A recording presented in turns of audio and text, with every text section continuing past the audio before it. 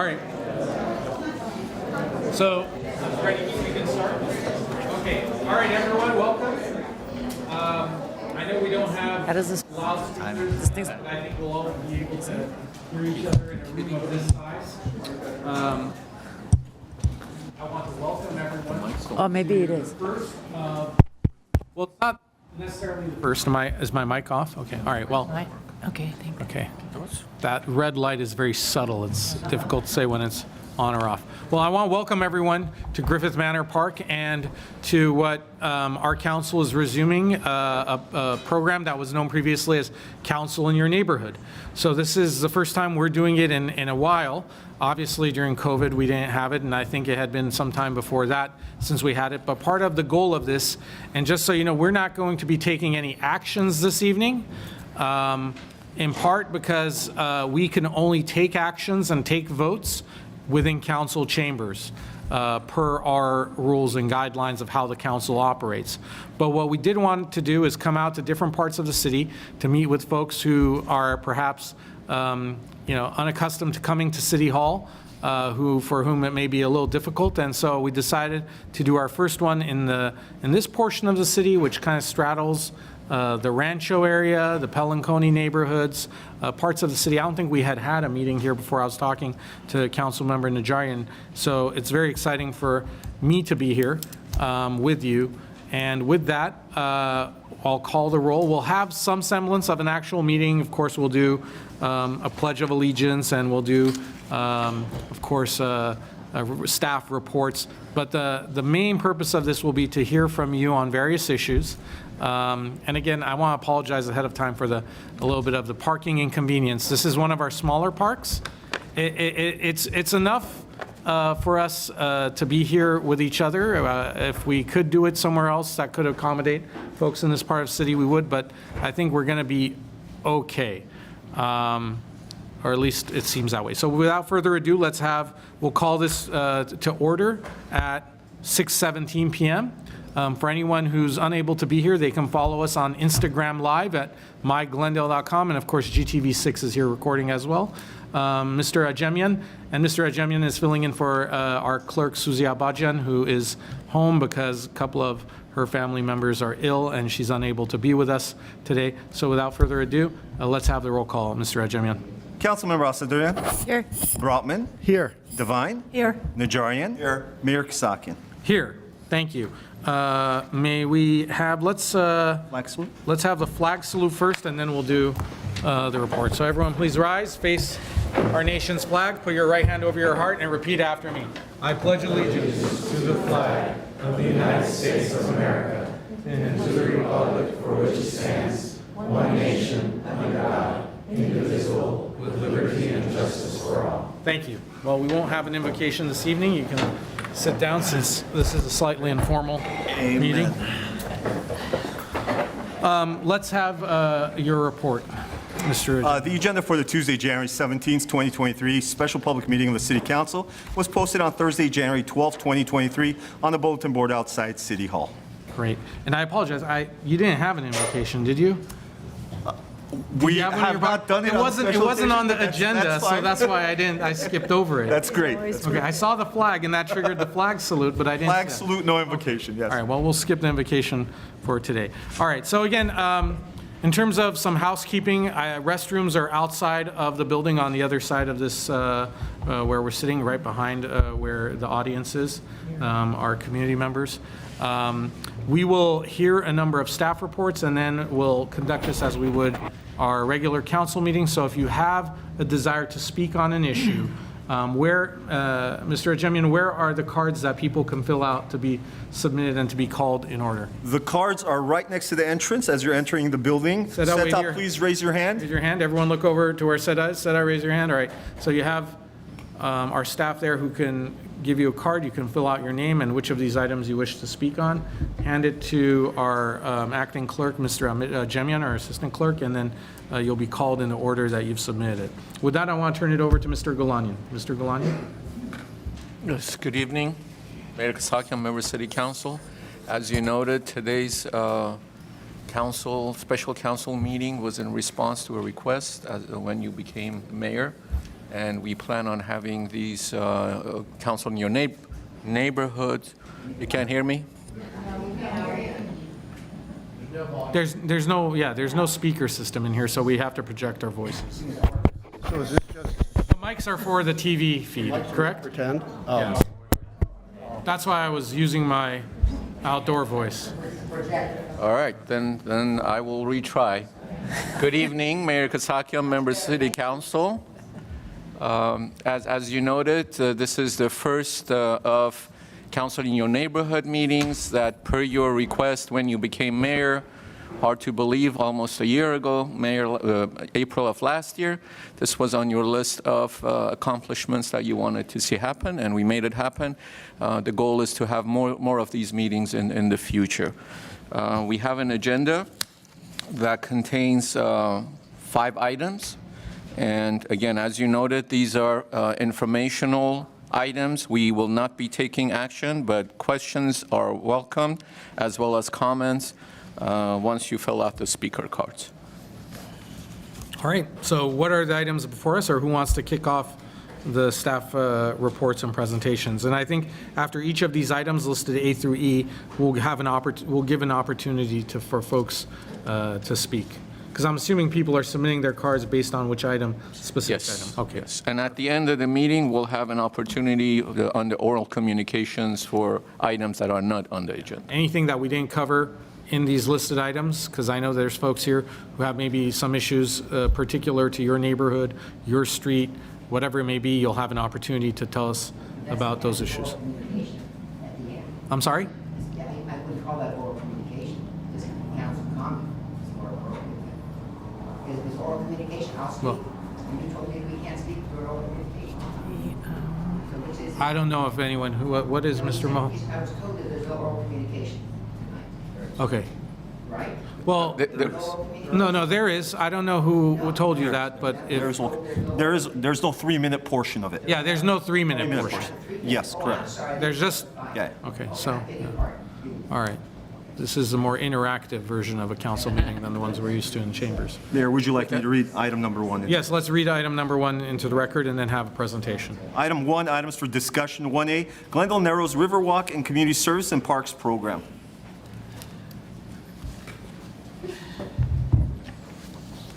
With that, we'll invite Onik Bulanikian, our Director of Community Service and Parks, to present this item. Adam, is there a clicker or just? Okay.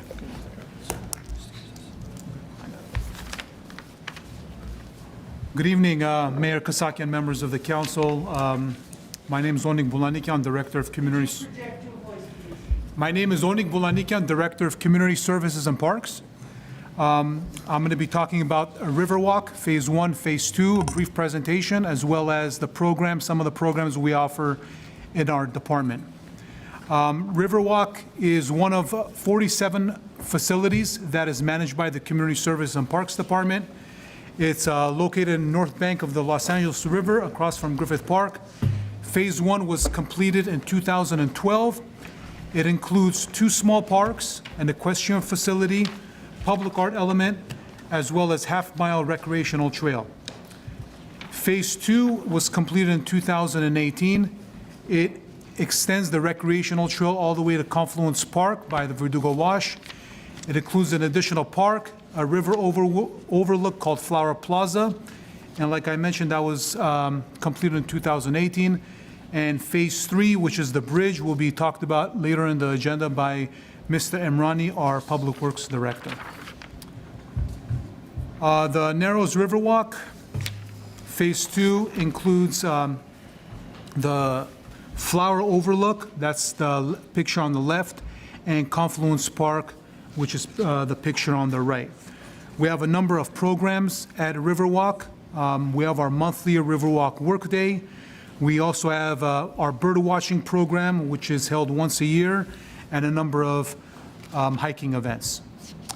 Our Trails and Open Space program has been around since 2000, I believe 2012, 2013.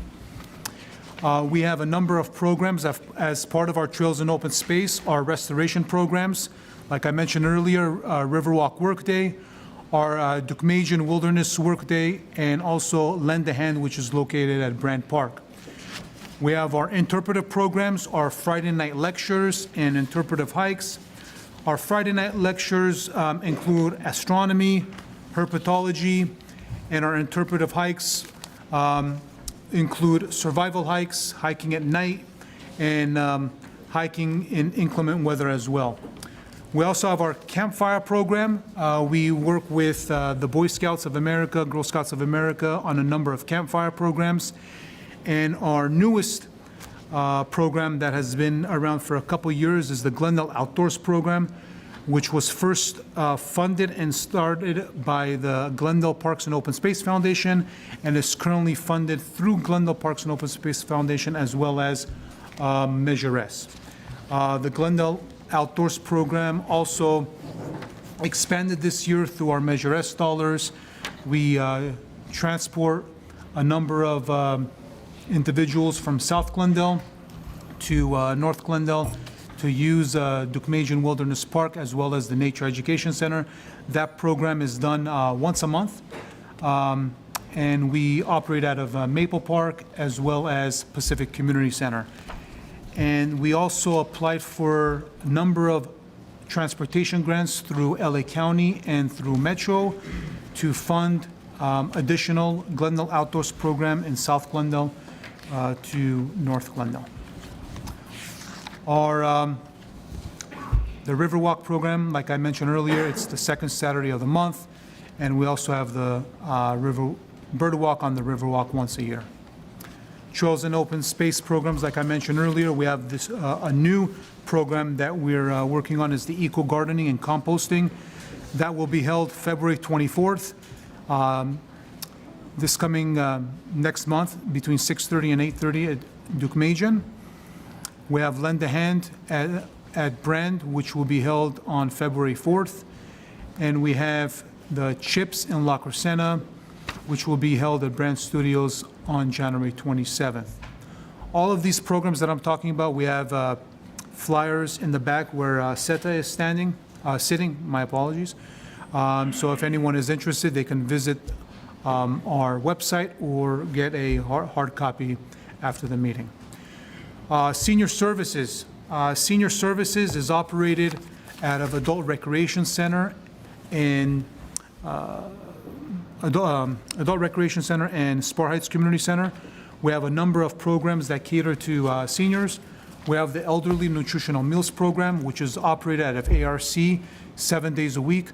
The Nutritional Meals Program is also operated at Spar Heights 5 days a week and Pacific Community Center 3 days a week. If anyone is interested in the Nutritional Meals Program, we have a number of options, our home delivered meals, as well as the congregate meal program.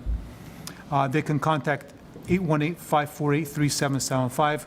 We have the information available in the back. Senior exercise classes, we have a number of classes at all of the locations at Adult Recreation Center, Pacific, and SPAR. We also collaborate with Glendale Community College as part of their lifelong learning program, where Glendale College instructors visit Pacific Community Center, Spar Heights, and Adult Recreation Center, and have a number of programs such as quality of life issues, contemporary world problems, Zumba, additional exercise classes, ESL classes, and also classes on technology such as surfing the internet and internet safety. We also work closely with a number of healthcare providers in nutritional and healthy eating, and our next class will be Wednesday, January 18th at Maple Park on healthy eating. Leisure Guide. We also have a Leisure Guide. Basically, this is our catalog on all the programs we offer. We offer a number of programs related to youth, adults, and seniors, special events, rentals and reservations, our aquatics program, youth sports, senior classes and activities. So if anyone is interested, we have Leisure Guides in the back as well. With that being said, I covered, there's a lot of info. They can visit the website, glendaleca.gov/parks, and there's a link to the leisure guide, as well as all of the classes that we offer. Sure. Mr. Bolanikian, I just, yesterday I took I had the opportunity to be given a tour of some of the neighborhood here in the Rancho area, and we had an opportunity to go down to the Riverwalk, and a lot of the vegetation in the riverbed is no longer there. Can you please give an explanation as to why the vegetation, some of the trees, some of the larger plants, which were kind of in the middle of the LA River in our portion along the Riverwalk, are no longer there? Was that the storm? Was it removed by design? What has caused that? Mayor Kasaki and members of the council, that was removed by the Army Corps of Engineers, I believe, in order to have more flow during the rains. So easier access for the water to flow into the river. That wasn't done by the city. Okay, and approximately when was that conducted? We need to get back to you on that. Do my colleagues have questions or comments that they would like to direct towards Mr. Bolanikian? Yes, Councilmember Al-Satriyan. The elderly nutrition program, Yes. who prepares the food? The city council went into a 4-year contract with Trio Catering. That's a LA County approved vendor, and they basically cook our meals on a daily basis. We currently serve 60,000 meals per year. That's a big increase due to COVID. So 60,000 meals are prepared per year, with an additional 24,000 meals, frozen meals delivered to homebound seniors. Okay, and so go ahead, I'm sorry. Are we working with our small businesses and restaurants in Glendale to be part of that list on the LA County? So then, they're the ones that are preparing?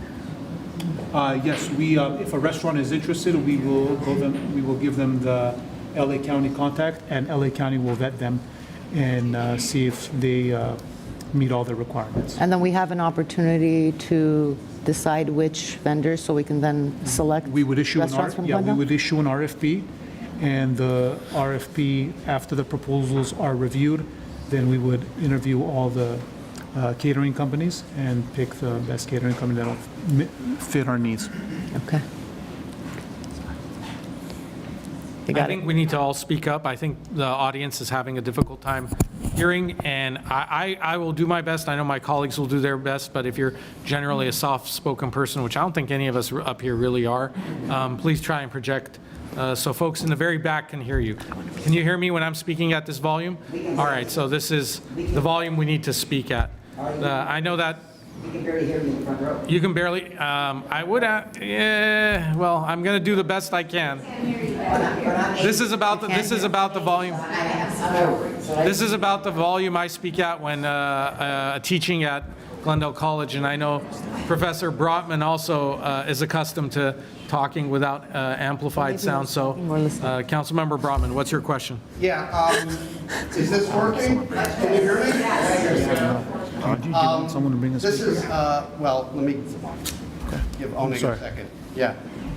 This isn't really a question for me, but it's something I think you should talk about because you're very modest and humble when you go through the work you do. One thing that I think we're really blessed with here is that we have a very, let's say, well-managed homelessness situation, right? We are not LA. We don't have tent cities. We do have homeless people, but your department and the police department both do a very good job managing this situation. So you didn't say anything about that, but I think it's worth talking about that because it's something I think we should be very proud of. Thank you, Mayor Kasaki and members of the council, Councilmember Brotman. We have a very good working relationship with our friends over at the police department. The police department, they have their homeless outreach team, and our outreach team, as well as Essencia's outreach team, work on a daily basis assisting our unhoused neighbors in terms of providing services and the direction that council has given us and the approval of all the programs through Let It Be Measure S, the CARES Act funding, the ESG funding that we've received through the CARES Act, as well as the EHV voucher program, the Emergency Housing Voucher Program, has really helped us out in controlling and assisting our homeless individuals. We have seen a slight uptick, but we are working closely with Ascensia as well as our friends over at the police department, and especially the direction that council gives us in terms of funding and what programs to fund. I would like to add, we will be coming to council during the budget process and asking for additional Measure S funds for homeless outreach and our hotel motel voucher program, which has assisted us tremendously in housing our unsheltered clients. Right, and I would just say to, to everybody, I think everybody recognizes this. When you cross over into LA, immediately, once you cross the border, you see the tents. Yes. You don't see them in Glendale, and it's not by accident, right? It's not, yeah, so. If we see a tent, which we've had in the river, on our side of the river, we have outreach go out there within one business day and try to make contact with the individual to provide services. And it's not that we, as some people have suggested, it's not that we pick them up and move them over to the LA side. I've heard it, on Nextdoor and other places, oh, you must put them all in a bus and send them over. That's not what we do. No, we don't do that. We reach out to them, we get them into services. We get them We into also service. we don't allow certain nuisance activities that I think LA allows, right? We don't allow tents to block the road. We don't allow people to defecate on the sidewalk, So it's a number of things. But I just thought you should talk about that more because it's very important. Well, Councilmember Devine, did you have something to add to that? Yeah, I just want to add that we're also very lucky, besides having Oneg and his department working on our homeless issues, we also have partners like Door of Hope and is it LA Homes, Family Promise, and Ascensia that are very helpful. They're out there, and when we call on them, when you call on them, hopefully they send out their support system, their reps, to assist our homeless and try to get them into shelter. So on that note, I know that there's probably folks here who, all of us are concerned about the unhoused members of our communities, whether they're in Los Angeles or here in Glendale. But there is something that your department is working on right now with community members. Can you go into that? Are you prepared to talk about some of the meetings that you're having and the input that you would like from the community about that? Yes, Mayor Kosakian, members of the council, we have to develop a homeless action plan by June of 2023, and we've had a number of community meetings with our stakeholders as well as our nonprofits that are part of that provide homeless services. So we are having a number of meetings the next month on our community action plan, and we would like to receive input from the public as well as our nonprofits to see what we can do better to serve our homeless population. So if anyone is interested, contact me after the meeting, or you can call the Parks admin number at 818-548-2000, 818-548-2000. All right, and Councilmember Devine, you wanted to mention something? Yes, I just want to mention that we have a full array of our police department here tonight, and we're thanking them. But in case you don't know or you haven't met, our new chief is in the back. Chief Sid, you want to wave hi to everyone? I know Councilmember Najarian and I were away when he was formally introduced, and so I welcome you to the Glendale family, and these are your residents, and they're fabulous people. Yes. It's great to be with all. In his debut, first time out in a public meeting in his Glendale Second police day. uniform. Second day on the job. And good, strong voice. So I know that there's also funds that we'll hopefully be receiving from, thanks to Congressman Adam Schiff's good work, that will be going for homeless outreach. to our police department, and there'll be an announcement about that forthcoming. But again, for anyone who's watching us on the internet, anyone who's following this meeting on YouTube or GTV6, can you give the contact number for people who may be interested in coming to one of those meetings or know someone who may be interested in coming to those meetings? Sure. I can give you two numbers, 818-548-2000, 818-548-2000. That's the phone number for Parks Administration. And our homeless programs number is 818-548-3720, 818-548-3720. I would also like to mention that we are looking for volunteers for our annual homeless count, which will take place January 25th and 26th. So if anyone is interested in volunteering for a homeless count, they can go ahead and call that number, and we can sign you up. Okay. Any other questions about some of the services that Parks provides? Comments? Okay. Thank you. We do have some cards submitted from the public, so I see a microphone here up front. I'm assuming that's for the public. I'm going to look to our city staff to tell us what they want done with that mic. Are we setting it? Should they go to that? Where should they go if they want to speak and be heard? Right there? Okay. Folks, there's a microphone right by that screen, by that door. So as I call your name, just go up to that microphone, and actually staff is going to move it over, so never mind. Just go towards the mic. So Karen Costa, you'll be our first speaker, followed by Joanne Hedge.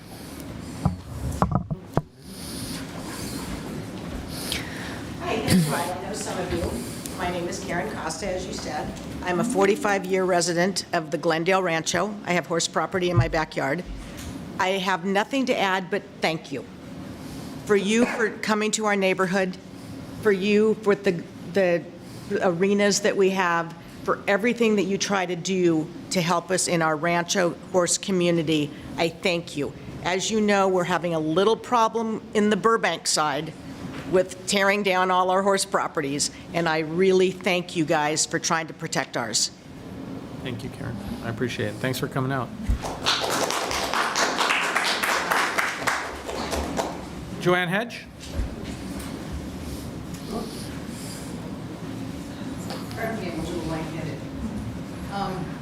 Thank you for holding this here. Bring that down. It's really a blessing, and it's even more exciting because it's the first one you're doing. Mike. Wait, let's- Oh, there you go. All right, there we go. Oh, all right, there you go. Would you believe I majored in mass communications? All right, There you go. I'm short. Okay.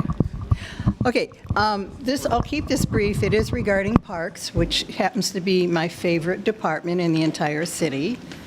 That and neighborhood services, which seems to have vanished, but anyway, let's get them going. Last December, a month ago, 2022, marked the 10th anniversary of the opening reception event of Riverwalk. And we worked on it for 10 years. John Pearson was the project manager. We had a great team, and it took a long time, 10 years, with the build design from Northeast Trees, and it really has been a wonderful place. But it, of course, is, it's aging, and some of the maintenance, bless their hearts, from our very short-staffed maintenance crew, have kind of slaughtered a lot of the native plants and sort of treated them as though they were English hedges and used all the trimmers on them instead of letting them grow in their natural, fluffy way, seasonal come and go. So again, we're asking, and I'm hoping it can happen, that we get some new plantings put in to replace so much of the original Northeast Trees installations that were just glorious. And doing it at the right time of year and in the right locations and whatnot. Second of all, I was down there today and I noticed that every year they've had one, but not this year. They're called hay bale wattles, and they're these long hay stuffed netted devices that are they control runoff. And so all this 7 or 8, atmospheric rivers that we've had have just inundated the park and run down that slanted entry road, and all the mud's run out in the street, and all the topsoil and the bark mulch that nicely lined that roadway are gone. So it's all going to have to be replaced, but I just wondered why they didn't this year install that, because that was always de rigueur down there. Duke-Magian, I encourage a lot of people in the Rancho to go visit Duke-Magian because it is the most fabulous. It's kind of the king of all our parks. It is in such a beautiful wild place. It has such great programs. The renovation of the stone barn, the historic stone barn, is a visitor center now, and it's very children-oriented for programs. I'm preaching to the choir, but Duke-Magian is worth the 20-minute drive from the Rancho, and it's quiet, the air is perfect. It's in the Angeles Forest foothills, and it's gorgeous. So, and then finally, when somebody finally said, we're going to start to restore Brand and the trails, they are so beat up, and it's such a popular place, and it's easy for us to just run up there and, go for a couple loops around the debris basin, and you've gotten yourself some exercise. But I hope that the outreach to give that a robust start with the renovations and repairs that are needed up there on the trails is successful. So bless you for doing that. So that's about it. And just Riverwalk, again, it's adds to the property values of our area. It has a wonderful horse facility, but the native plants and some of the infrastructure repairs that were put in artistically at the very beginning need attention. So thank you very much. Thank you very much.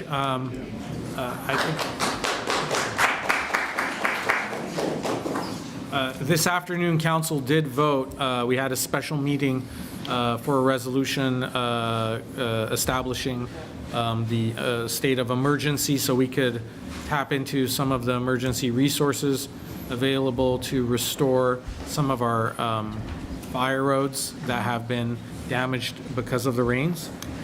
So that happened at 4 p.m. It was not a scheduled meeting. What necessitated the meeting was now we're referring to atmospheric river conditions. But I want to let the public know, and on the heels of Ms. Hedges' comments, that we are working to repair our fire roads and other damaged areas. Liz Radley.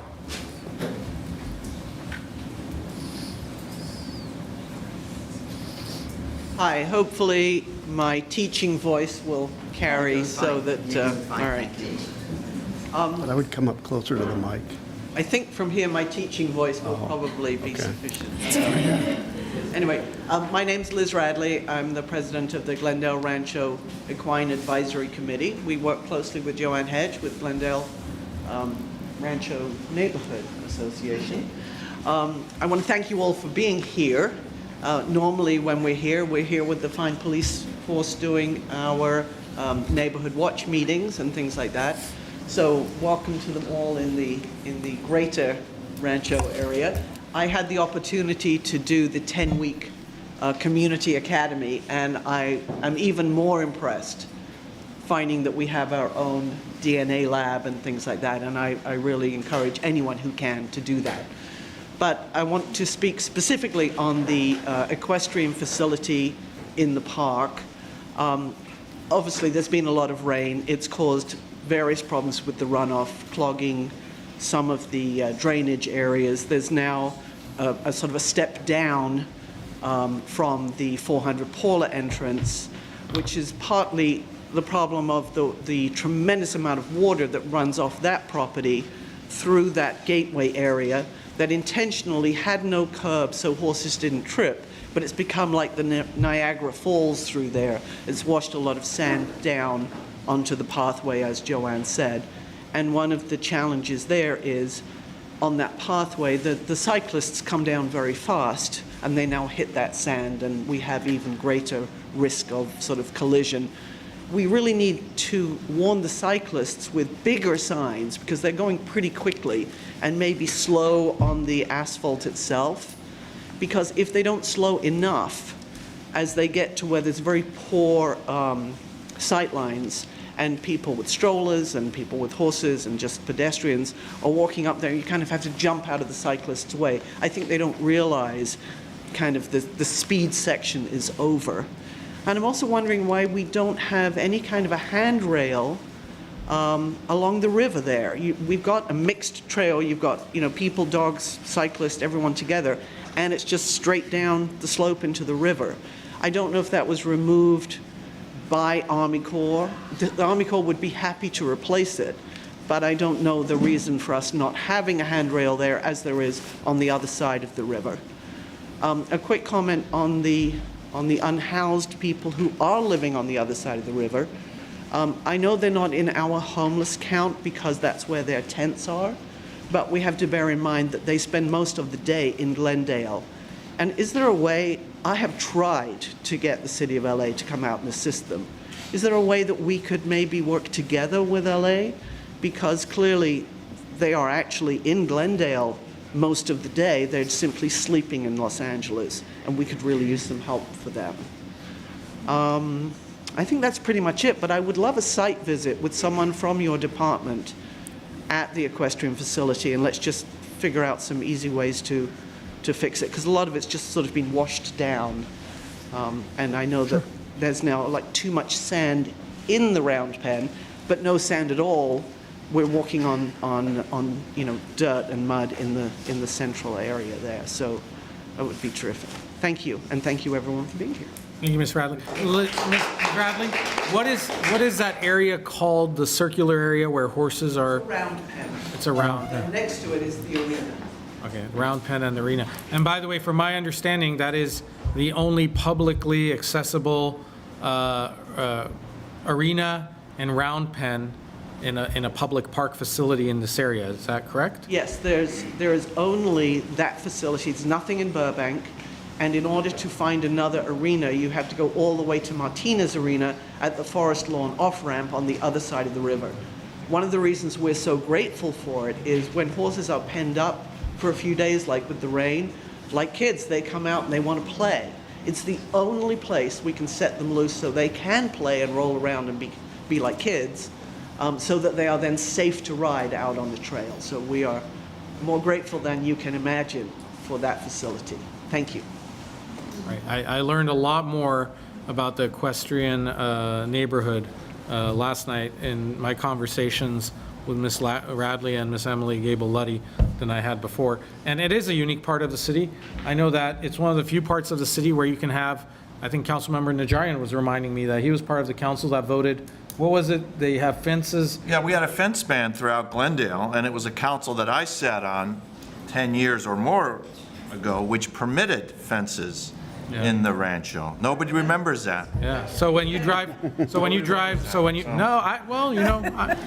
remember. You get one. So when you drive through this part of Glendale and you notice the very unique architecture of some of the homes, some of the larger lots, it's, once you get beyond some of those gates, it's a very, very unique lifestyle that some of our residents are keeping alive through the caring and maintenance of and keeping of horses. So Kathy Kataris, you're next.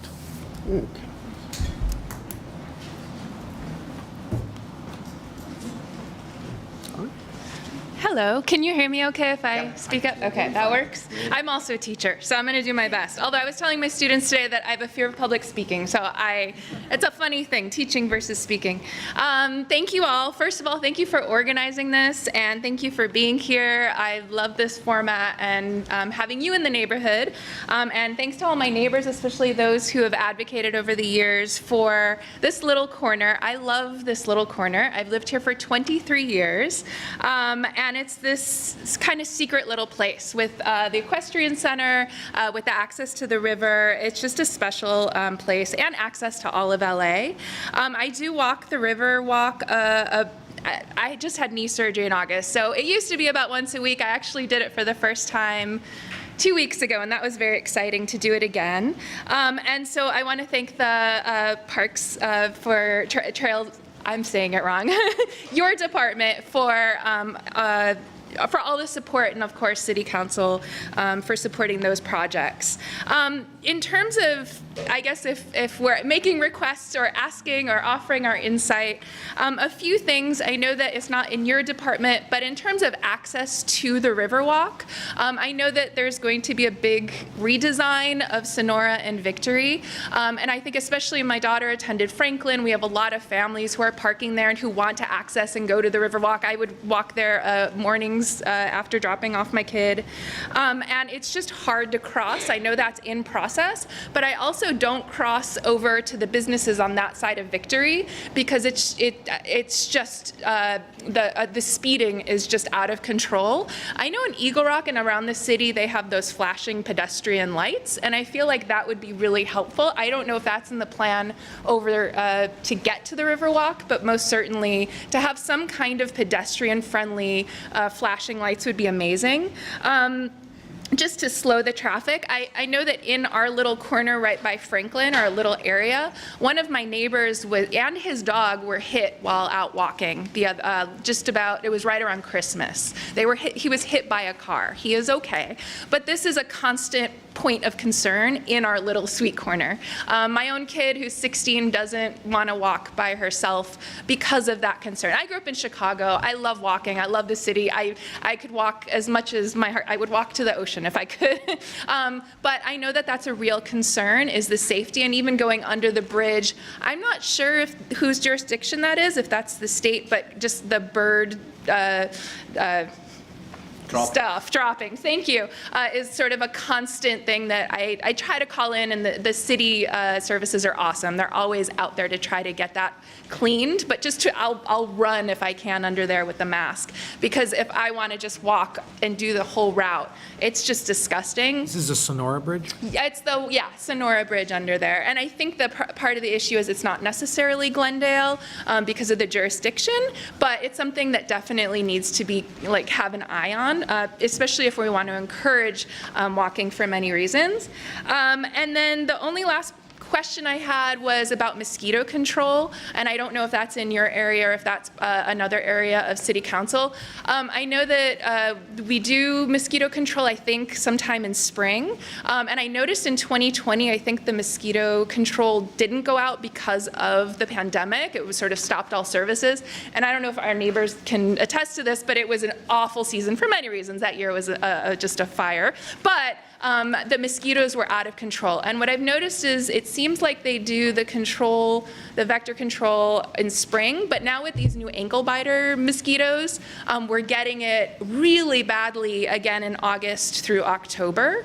So it seems like maybe that's something that we need to, I don't know if that's something you've discussed as a council, but specific to this area, and I don't know if it's because of the river. I love the rains. I'm so excited for the rains, but we know that that's coming next. Right now, our mind is on flood control, as it should be, but we know it's coming in the summer, which is going to be a heckload of mosquitoes. So anyway, those are what were on my mind, and I want to thank you for everything you've done for the Riverwalk and Duke Meiji and all of it. I'm really proud to live in Glendale, and I thank you all for your service, because I tell people to move to Glendale. I know we have our things we have to talk about and things like that, but thank you all for being here in our little corner. Thank you. We just don't go far. Okay, never mind. No, that's okay. I'll stay. Councilmember Devine had a question for you. She has a question in general. I actually have a question for staff. Are you planning on putting flashing lights at the crosswalks in this new project? That's a good question. Thank you. Hi. That's a great question. As part of, I haven't been briefed on the Sonora Victory project design, but Mr. Amrani, our Director of Public Works, is here, and he will actually be presenting the next item. Oh, awesome. He'll be presenting the next item. So typically in the process of designing for new amenities and facilities around our streets and roadways, they definitely take that into account routinely to make sure if there's a warrant, if there's enough number of pedestrians crossing certain intersections and that warrants putting this, they call them beacons, flashing beacons on, they're definitely included in the project. And I'm wondering too, if I can, like with the businesses, I would think that they would want more, a slower pace so that they could get more people. So I don't know if you've had any insight from the businesses there, Victor. That doesn't always work, I've learned. I know. It's always a can of worms one way or another, but most certainly it would help with families and such. Yeah, Anything else? thank you. I Thank you, have Kat. noticed the amount of, like, there's bicycle traffic. You can be seated, Mr. Paris. I've also noticed the frequency of foot traffic, bicycle traffic. It is a very popular stretch of road as people connect to Griffith Park and other areas. And it can be dangerous as well because people are coming off the freeway and they're in a rush to get somewhere. I know we've had some near misses and actual accidents too. Next speaker is Mr. Mohill, Mike Mohill.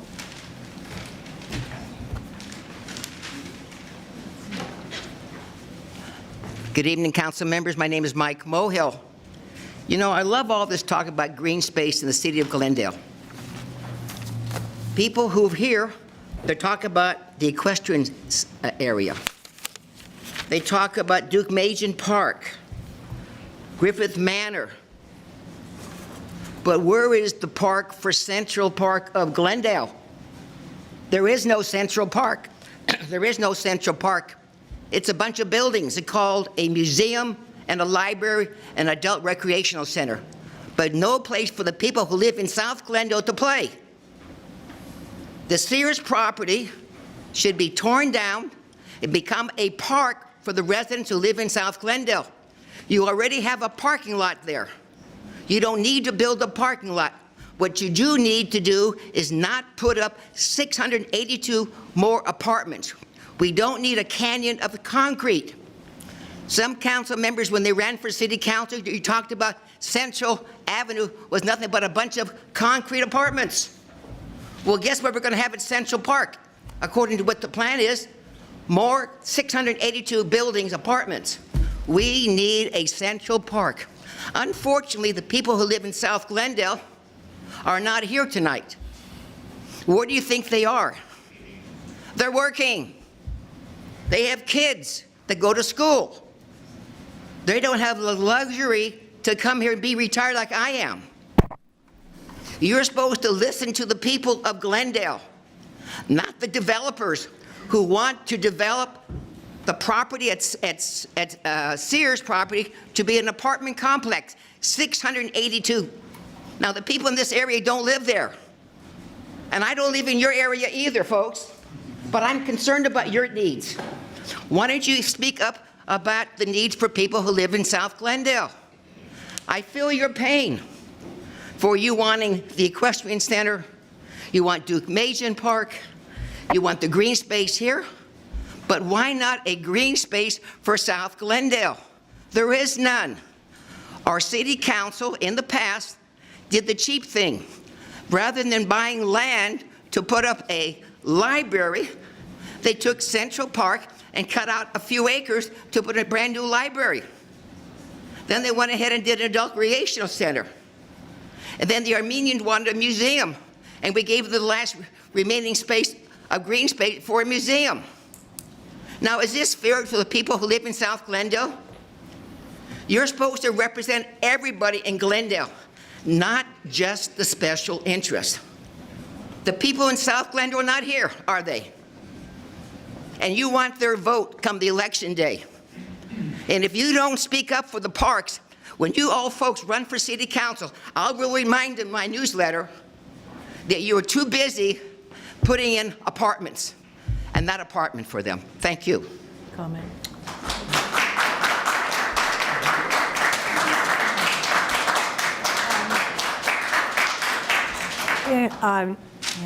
Yeah, go ahead, Councilmember. Okay, what I would like right now is for Mr. Bolanikian or City Manager Galanian to explain to these lovely people what is going to happen at Central Park after the museum is built. In terms of the In green terms space? of the green space. Mayor Kasakian, members of the council, so I know Community Development and Public Works are working on the Central Park master plan. They're going to expand green space take away the parking lot in between the adult recreation center and library, make that into a green space, as well as include a water feature for a water play area for young children, as well as a new playground, new seating area, new area where we can have special events such as summer concert series, movies in the park, art in the park, theater in the park, and so on. So with the new project, I believe we will increase green space by a couple thousand square feet. Big deal. I mean,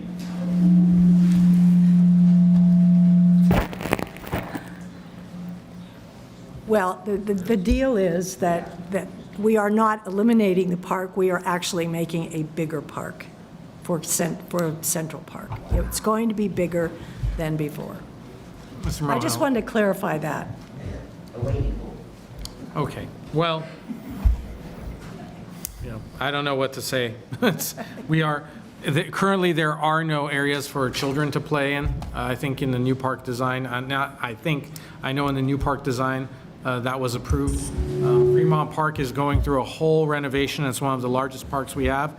It may not be in the quote-unquote delineating side that most people refer to as South Glendale, because I think most people think of the 134, but it is a park that's very popular and used widely by a number of folks who live in South Glendale. Yeah, you can shrug your shoulders, but this park where you're sitting, Mr. Mohill, I don't know if you consider this South Glendale or not, but I've had 3 of my son's 4 of the birthday parties in this very park, at various benches right outside of here, including where we're sitting right now.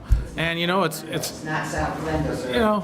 it is what it is. You don't live there That's either. right. I do actually live here, and I grew up in South Glendale. And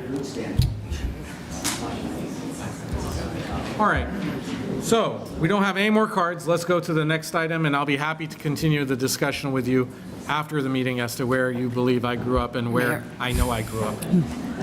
Oh, Councilmember Alsatirian. If I may, before we close this off, I highlight this every chance I get because every time I post about domestic violence resources on my social media platforms, there are at least several women in our community that reach out asking for resources. So I want to use this opportunity to also note that our Parks and Rec Department actually does a fantastic job at connecting those that are in need for housing, to start all over, for programs and financing, and they connect them with different organizations in our city and in the region. And so if you are in a situation and you feel like you're alone and there's a domestic violence issue, please know that you can also turn to our Parks Department, and our staff can help facilitate some of the resources that you may need to get back up on your feet. Thanks. All right. With that, what's the next item listed on the presentation agenda? Mayor Kasakian, member of City Council, the next item is Garden Bridge project. And while Mr. Enron, your Director of Public Works, getting ready to make the presentation, I wanted to say that projects of this size and magnitude and significance come along once every 10 or 20 years.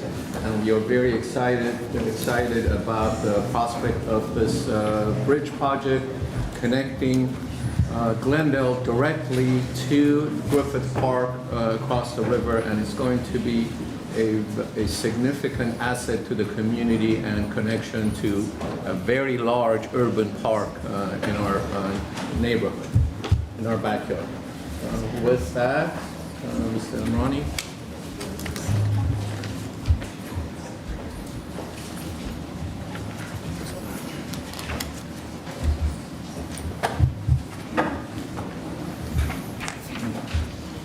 Thank you, Mr. Golanian. Good evening, Mr. Mayor, members of City Council. As Mr. Golanian mentioned, this is a very exciting project that we're working on, and I'll give a quick overview of where we are in this project. So the initially was called the Glendale Narrows Riverwalk Project. And as Mr. Bolanikian talked about the Phase 1 and Phase 2, we are right now in Phase 3, which is the actual going through the environmental process and designing the bridge, the pedestrian bridge itself.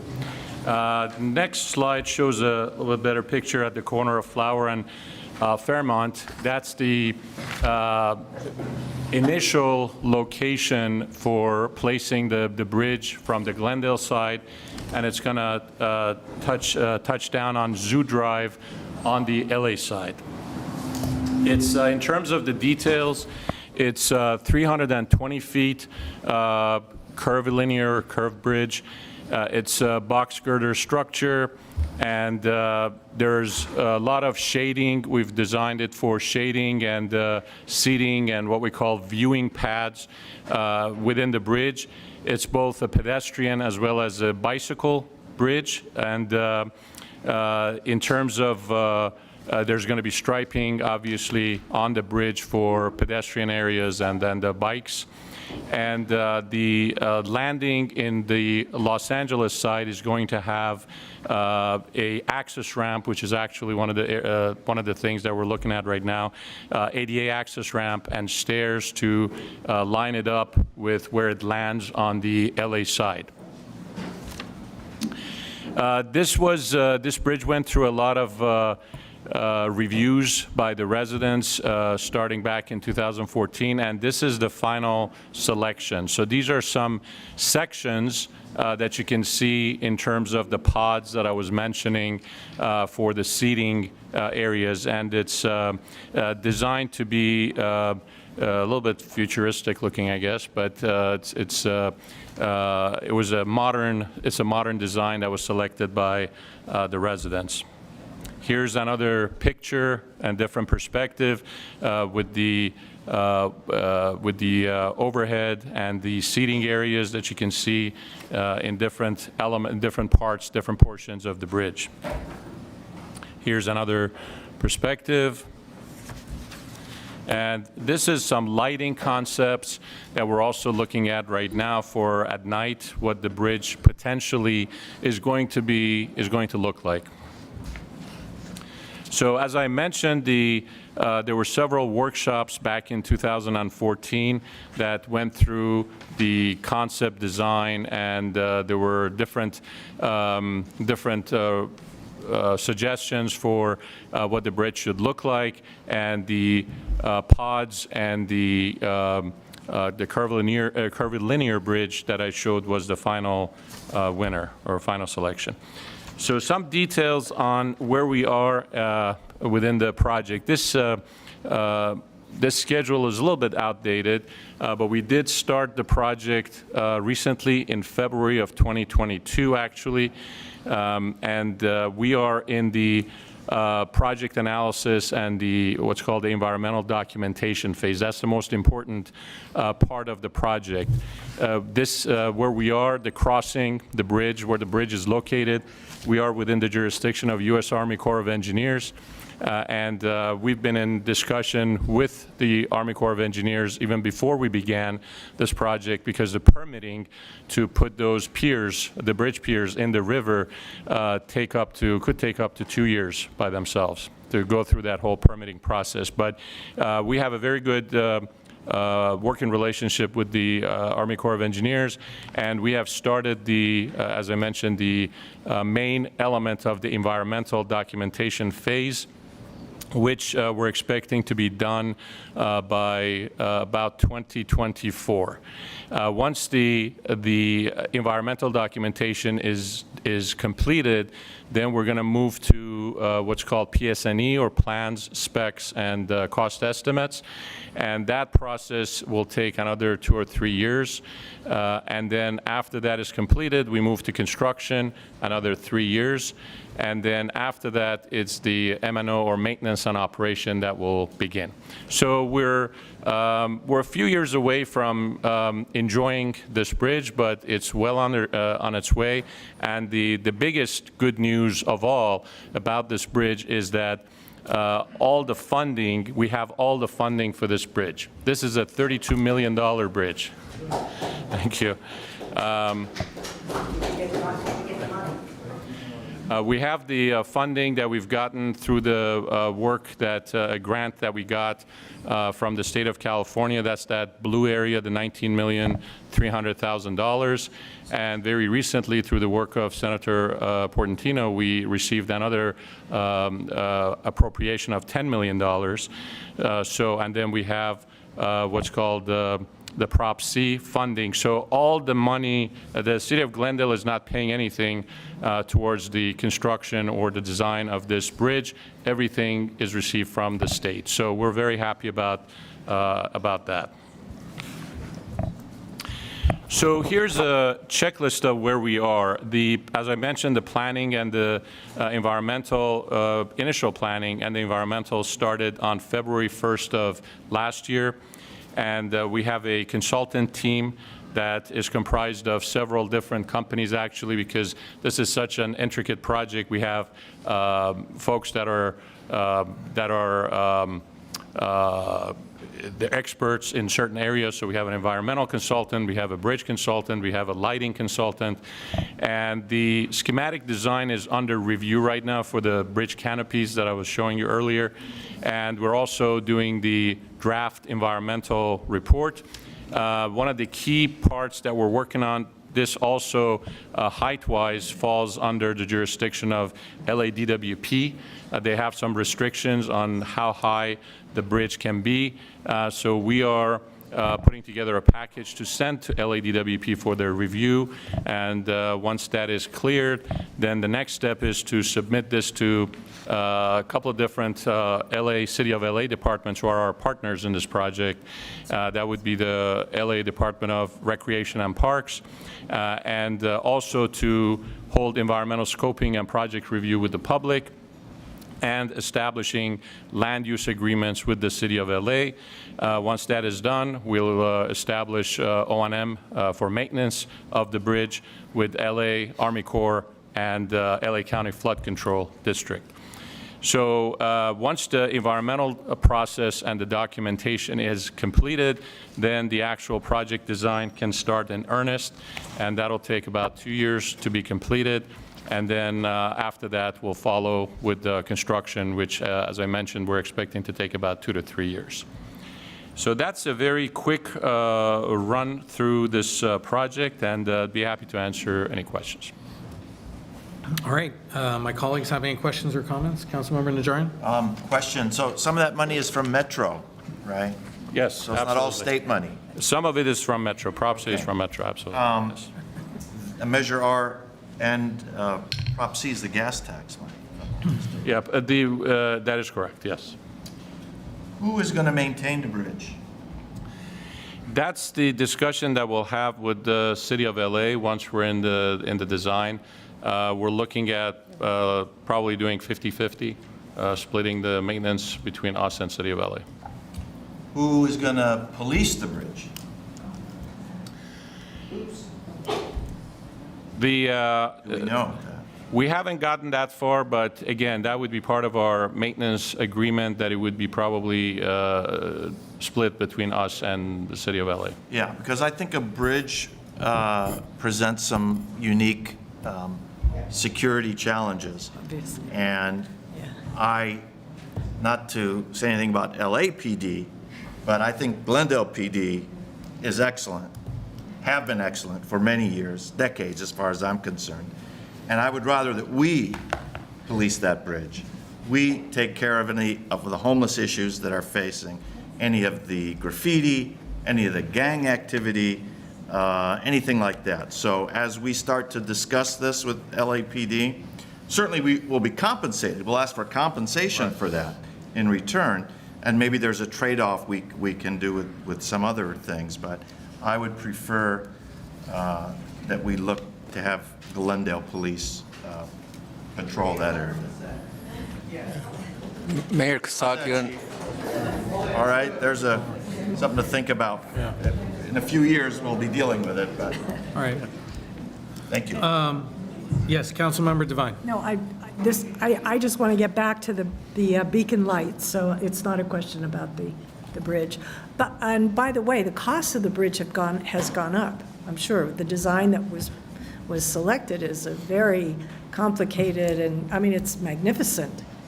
Do you think we'll see a problem with that cost? Mr. Mayor, members of City Council, Councilmember Devine, we're hoping, we're right now in a inflationary period, and we're hoping by the time we actually get to design that some of these costs may have stabilized, but no doubt the costs are going to continue to go up. Yeah. And we're looking at how many years? 5, 6 years We're looking at 2028 for the completion? for the completion. So we're looking about another 5 years. 5 years, okay. All right. Okay? Okay, then can I go Yes, back to please. the beacon lights that we were talking about on Victory, I think it was? Go ahead. Yes, so Councilmember Devine, in terms of the flashing beacons, we are looking at every opportunity to enhance the crossings with these flashing beacons. We have to do, as Mr. Golanian mentioned, do a warrant study to see if the volume of the traffic and the pedestrian volume meet those certain requirements. But we are, in fact, going back and retrofitting some of our existing crosswalks with those flashing beacons.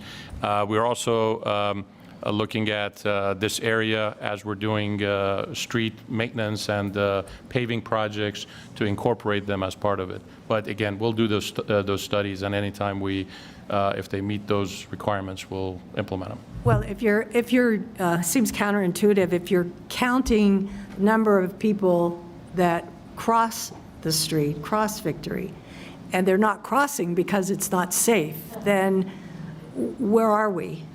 Right, so it's more than that. It's, we're looking at the volume of the cars, the speed of the cars, and looking at whether we have traffic signals at intersections, because these would be like halfway. Yes, exactly. So we would look at several factors in making the move towards these. But there's several different systems that we can look at. I mean, flashing beacons is one of them for some of the intersections that are more heavily traveled. We came up with another system, which is called the Hawk system, which we implemented a couple of years ago at the Glorieta Park at that intersection. So this is a system that acts like a traffic signal. It's initiated by pedestrians once they press the button, and the red light comes in for cars to stop. But again, that has to meet a certain requirement as well. So all options are on the table, and we are doing a major look at using the pedestrian study that was finalized in trying to enhance our intersections and crosswalks. As long as the safety of residents that want to cross that street is of the utmost concern. Absolutely. So I think the next item will also be, Mr. Emrani, since it's the horse manure. I'm sorry, no cards on this item. Yes. There is the horse manure collection program, which we'll talk about. Before we get into that, I do want to bring a couple of things, raise concerns that were brought to my attention and bring it to your attention, and they may be things that you're already aware of, but I want to share it with you publicly as well. In visiting some of these streets, I was informed, and again, I lived 46 years on this planet and didn't know these things until now, but apparently hard surfaces can be harmful to horses, and for that reason they need a softer surface, and there are certain alleyways in Glendale that I did not know about, which are with dirt. And during, obviously, when we have heavy rains like we have had, they turn into mud, the mud hardens, and I would like to ask our staff to look into it, perhaps get in contact with some of the folks who are very active in our equestrian community and find out how we can help grade and make those alleyways, which are mostly used for homeowners who have horses, to be able to access the pathways and the areas in the public spaces for recreation and horse riding. So that was interesting. So I'd like us to look into those alleyways. And in addition to that, there is a street, and this may come up later on. I saw Renee Carpetian here. But there's a street, Allen, which terminates into, it's basically a dead end that then becomes a horse trail access point. And my understanding is that there's some requests from the city to hardscape that surface during the possible redevelopment of an area.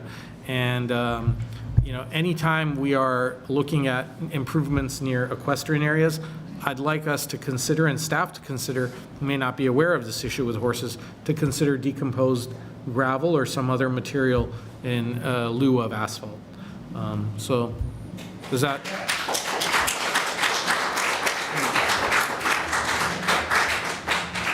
Wasn't expecting that response, but thank you. You're welcome, I guess. So just if we can take that into consideration.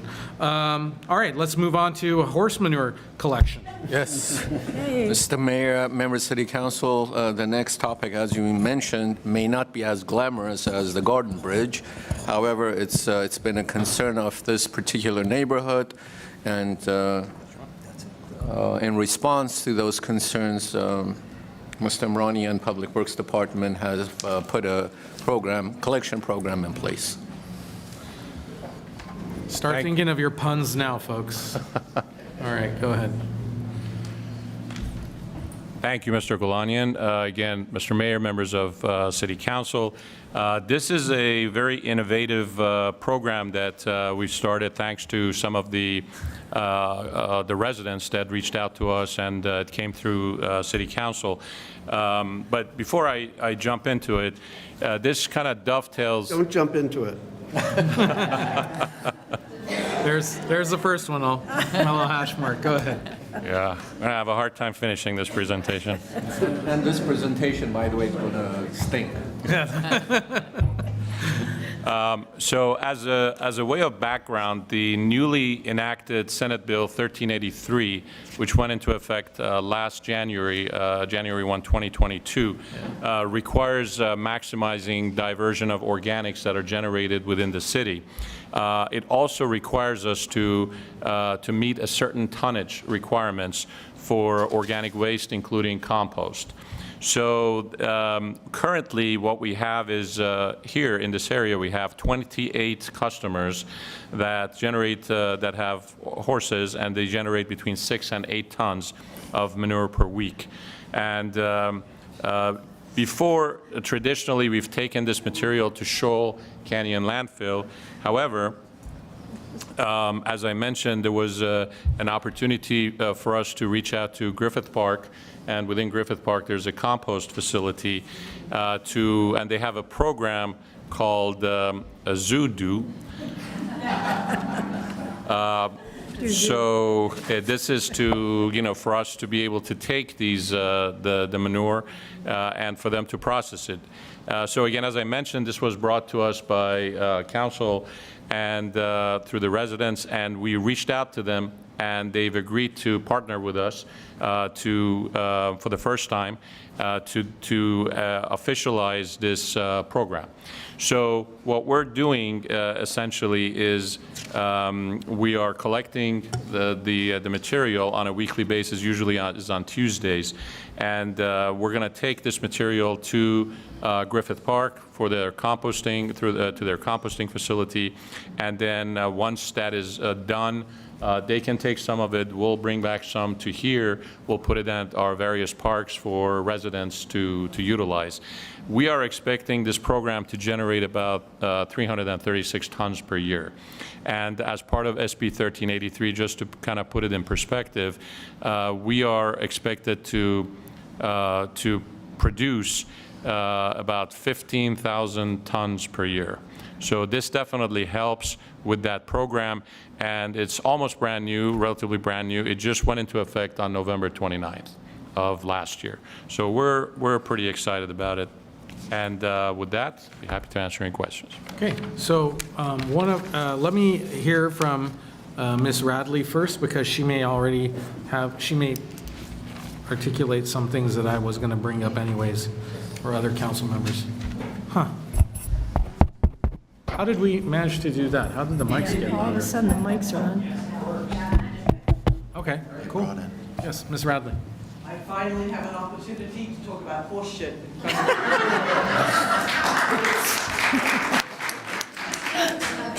I do want to thank council and yourselves for putting together what is really a unique program.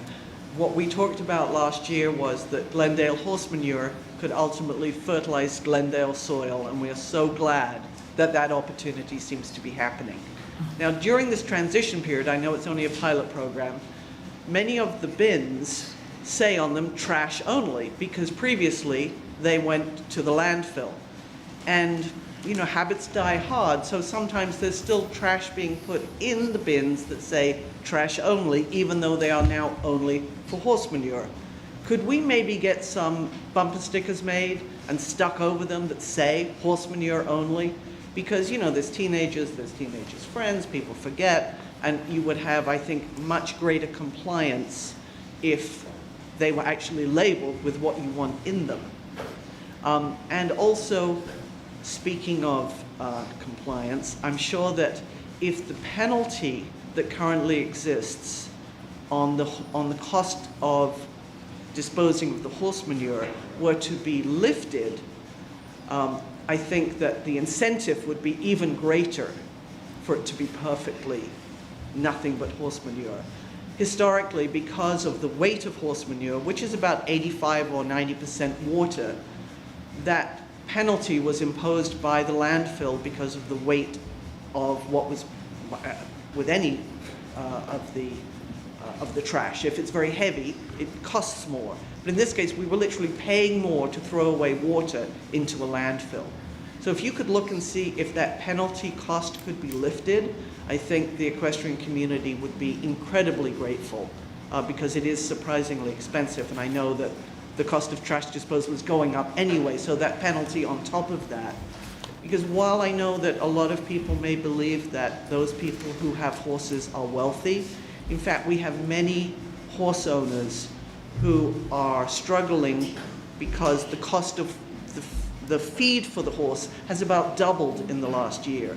So if there was a way to give them a little relief on the cost of disposing of the horse manure, that would be very, very welcomed by many of our horse owners. Thank you, and thank you everyone for making this happen.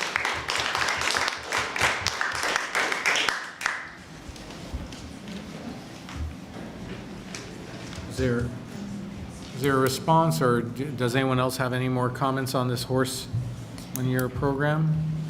Well, you know, I spoke with Liz, I guess it was a year and a half ago, and she brought forth this idea. And I went to Mr. Imrani, and he right away was on it and has gotten the program started. So thank you very much for that. He's always very responsive, and I appreciate the fact that you moved forward so quickly with this suggestion, because you can see how welcome it was in this community. Thank you. Thank you, Mr. Imrani and Councilmember Devine. We're grateful that you are willing to get your hands dirty with this. No shit. No. Mr. Mayor? Yes. Mr. Imrani has a comment, a clarifying comment to make. Yes, please. Thank you, Mr. Mayor. If I may, for when I was talking about the appropriations we got from the state, the $10 million that I mentioned that made us whole was through the work of Assemblymember Friedman, not Senator Portantino. So I just wanted to clarify that. Thank you. Now, as far as modifying those trash cans for the 28 customers or so that have the need for that, is it possible to create some sort of sticker that can be visible, something that could clearly say horse manure? We can certainly look at that. I think that was a good suggestion that was made. We currently have a separate bin, but it's black or it's maroon color, so it can easily get mixed up with the regular trash. So that was a good suggestion, and we can certainly look at that. Okay. Seems like a very cost-effective and easy solution, so thank you for bringing that to our attention. That's a lot of waste that's produced a week and a lot of tonnage. So any other comments on this item before we move on? No? All right, then let's hear the next item, which is item D, Verdugo Wash Project. And if you have comments on that from the public, please submit your cards to the clerk so you can speak. I know a number of folks are here to speak on that Before item. we start, even though we're not taking action on this item, I think sitting up here, my facial expressions may betray my disdain for the project, so I'm going to just go over and sit over there.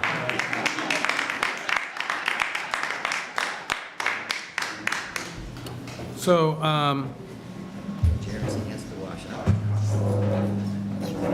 and thank you for remaining with us, because I know that we'll need you for the next item, and I know that you'll want to hear from folks who are here. All right, Mr. Galanian. Yeah, Mr. Mayor, members, City Council, this is one of the our long-range planning projects, an exciting project in the works.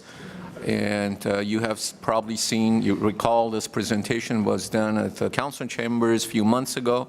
And Mr. Calvert, our Director of Community Development, is going to go over it again and what we've been able to achieve so far and what the next steps are. Mr. Calvert. Thank you. Good evening, Mayor and members of City Council. As the City Manager acknowledged, this is not a new presentation. This is one that City Council has seen before. But in our efforts and our attempts to continue to go through each neighborhood in the city, particularly along the Wash, we wanted to provide an update of where this project is, where some of the next steps are, what some of the design and the intent and the goals behind the project are. So again, not necessarily brand new, but it could be for some people that are here.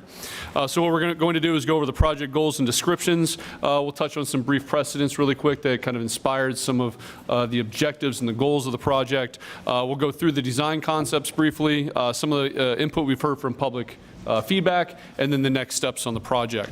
A little bit of a caveat disclaimer on this. The kind of magenta box that you see in this diagram really represents where we are in the process, which is very, very early on.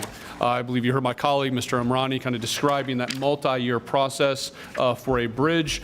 This is a much larger project. That process is much, much longer. That timeline is going to be much longer as well. We are in the very, very kind of early ideas right now of really visualizing what some of the possibilities of the project are, but there's still a lot to work on. There's still a lot to kind of work through and achieve.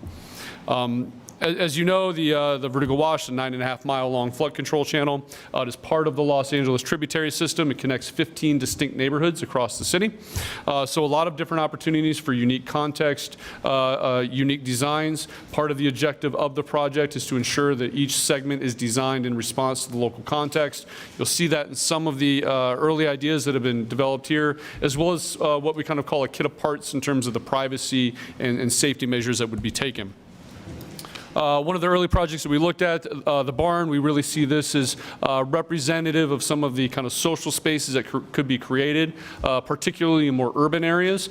So in this case, it's kind of a social gathering and civic event space. This may be appropriate in locations that may be closer to downtown. We also looked at projects such as the Atlanta Beltline for habitat restoration, kind of improved environmental performance. This is something I'll touch on a little bit more later on. And then looking at the 606 in Chicago, converted rail line that was used as a bicycle and a pedestrian path. To date, some of the public engagement that we've gone through, you can see a number of different neighborhoods here. We've also visited our boards and commissions. We continue to go around in neighborhoods. As you know, we produce the kind of draft report from that visioning study. We will continue, much like this evening, to go around in neighborhoods, present the results of that visioning study, and gain feedback as we develop our RFP and as we move into the next phase of the project. Just some examples, some of the public engagement events that we held. We held several within our local parks. One larger scale event on February 19th of last year. We had maps, activities, other means for people to give us their input. And we heard many things. As we'll go through kind of the public survey later on, we heard a lot of support for improving pedestrian and cyclist connectivity. We heard concerns about public safety, about crime, about homelessness, privacy, excitement about opportunities in creating creating open space, and that's really reflected in the document that has been produced.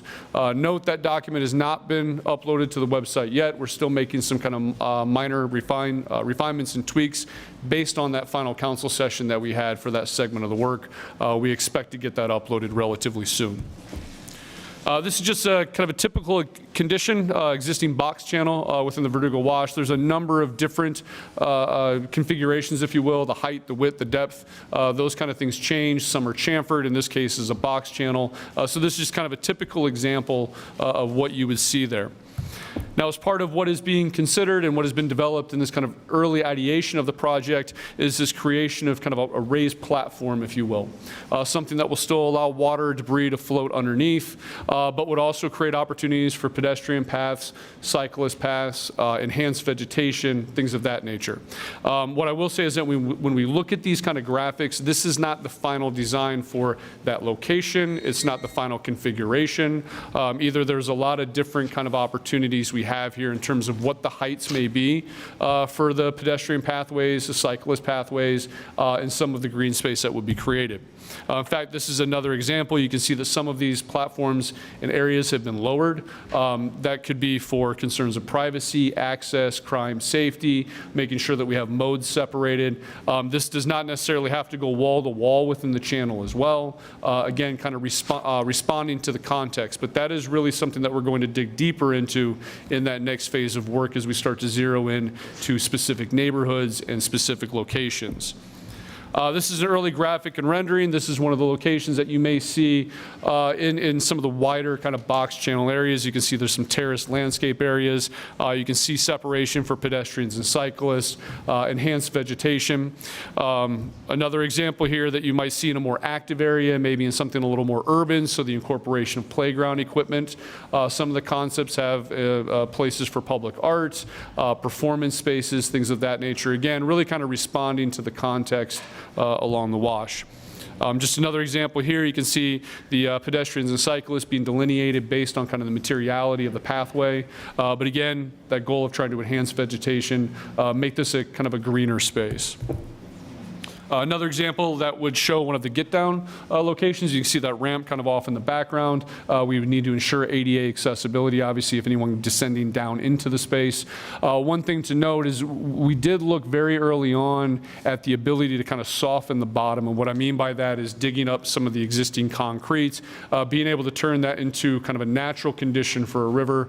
Our hydrology team, our engineering team really looked at that and found that kind of infeasible, largely because it would slow the flow of water and its ability to flush out into the Los Angeles River. The scale, the size of the wash would not be able to sustain that slowed flow. Also, the history of this is not a true river in many ways. There's not a consistent flow of water that would be able to sustain natural wildlife and habitat at the base. There may still be opportunities to soften the bottom of that. You saw that in one of the graphics for the section cut. There could be moments where we can do that, but the entire bed could not be done. That's why you're seeing this kind of raised platform concept. And this is another example, this kind of showing kind of a sculptural installation that could be a seating area, it could be a performance area. Again, we're not kind of zeroed in those kind of very specific programming opportunities. One really unique opportunity here is the debris basin. This is an existing condition. This photo was taken back in April of 2021. There's a lot of opportunity here to help kind of restore natural habitat, really kind of create a light touch for humans in terms of pedestrian and cyclist pathways. This is one example. As you can see, it's really kind of focused on more of a boardwalk installation, trying to limit the number of touch points, the ability to restore that natural habitat, add in more vegetation, add in trees. We see this as a unique opportunity for kind of a moment of respite and creation of open space that really already kind of exists and just needs a little bit of enhancement for people use. Another view from above, you can see kind of different separated pathways, but again, the goal is to create this kind of very light touch and almost boardwalk installation, if you will. And then a view from a pedestrian perspective. Now, when we looked at this project, or when we looked at that portion of the project, one of the projects we looked at was the Atlanta Beltline, and specifically the Old Fourth Ward Park. This used to be a parking lot for a Sears warehouse distribution facility. What they did is they turned this into a natural habitat to collect stormwater, much like the debris basin does today. You can see those kind of boardwalks and those wavy pathways, again, with that kind of light touch. Really trying to pull kind of ideas and inspiration from that. In fact, whenever this project was developed, the city had about a $48 million stormwater problem in a need to pipe it out, and the creation of this kind of detention pond, if you will, and kind of natural ecological habitat was actually done for a little less than $20 million. So it's cheaper than kind of an over-engineered solution, if you will. As part of our public engagement, we run a number of different surveys through the website, asking residents, asking users what would be important to them. The things that we heard the most were public safety, pedestrian and cyclist pathways, the ability to create open space, and privacy. These were the most important parts. So in the final documentation for that segment of the work, there's a number of different kind of kit-apart elements to try to address some of those ideas from an early perspective. But at the heart of this project, mobility is one of the most important parts. The ability to create a dedicated pedestrian and cyclist pathway separated from automobile traffic with the goal and the intent of connecting people from where they live to the places of interest. So what you see in this kind of far left map, this is a heat map of how far someone could get in 5 to 30 minutes on a bicycle. So you see this really kind of focused on downtown West Glendale. If we were to move forward with the Verdugo Wash as a built project using existing access points today, no new access points, this is how far someone could get in 5 to 30 minutes on a bicycle. If we were to enhance that with additional access points yet to be determined, this is how far someone could reach within a 5 to 30 minute window within our existing network, whether that be the Wash or any enhanced infrastructure. As you're aware, we are updating our bicycle transportation plan right now, which will seek to kind of coalesce behind this project and seek to create networks. And really kind of emphasizing those connections and where people can go. If we look at kind of a land use map of the city of Glendale, we have opportunities to connect to Glendale Community College, our Civic Center corridor along Glendale Avenue, the heart of downtown, and then West Glendale. The West Glendale BRT project, as well as our sustainable transportation and land use study, identified opportunities to be able to connect protected bicycle networks, as well as the future NoHo to Pasadena BRT. So there's opportunities to connect to Burbank. There's opportunities to connect to Los Angeles as well by connecting to the LA River. As I mentioned before, there's sort of a kit of parts within this documentation that highlights how we could respond to certain conditions in regards to privacy. So what we looked at is kind of different view sheds. What would people see from within that wash? What would someone see from their home? So you can see kind of different conditions, single-family residential where it's kind of abutting the wash, some where it's set further back. We have multifamily residential. There's also commercial. The focus of this study here was really residential that abuts the wash. And then what you'll see is kind of a kit of parts of how we could address that based on the context. So if you look on the far left, if the wash were to be built out wall to wall, we could enhance that with vegetation to preserve views. If you look at the second graphic, there's essentially a horizontal and a vertical offset, so recessing that walkway, but also moving it further away. That also enhances safety so that someone would not be able to climb out of the wash and perhaps into someone's backyard. We can do that with fences. We can do that with walls. These are really kind of early preliminary concepts that would need to be fleshed out further, especially as we move the design and the project forward. We did the same thing with sound, looking at how far sound will travel, what we can do to kind of buffer that. You can see in the lower right, there's opportunities for sound walls, there's opportunities for vegetated berms, things of that nature to really kind of dampen the sound down depending on that context and location. In this case, we're looking at potentially 30-foot planting buffers that would separate between a pedestrian or cyclist maybe to the adjacent land uses. And these are just some of the kind of examples of what we focused on in terms of ensuring that this also considered fire danger, fire hazards. We consulted with an internal stakeholder working group, which includes our police, our fire, community services and parks, public works, to really develop a strategy that fits our requirements, our planting guidelines, especially to prevent those kind of dangers. So you'll see examples of spacing, the types of vegetation that would be used, things of that nature. Lastly, kind of next steps, as City Council is aware, we received $6 million in funding from the state that will allow us to move into that next phase. That next phase is really going to be looking at design refinement, digging much, much deeper. There are things like operations and maintenance plans that need to be developed. We know that there are certain areas that are still a significant challenge from a flood control perspective, from an engineering perspective, that need to be investigated much, much further. This could also include, or will also include, environmental review as that next phase, and maybe early implementation opportunities at the debris basin where we can enhance vegetation and natural habitat. With that being said, that concludes my presentation. We're happy to answer any questions. I think we have quite a few cards here on this item, and we've all heard this presentation unless someone would like to make a comment right now. Councilmember Asatryan?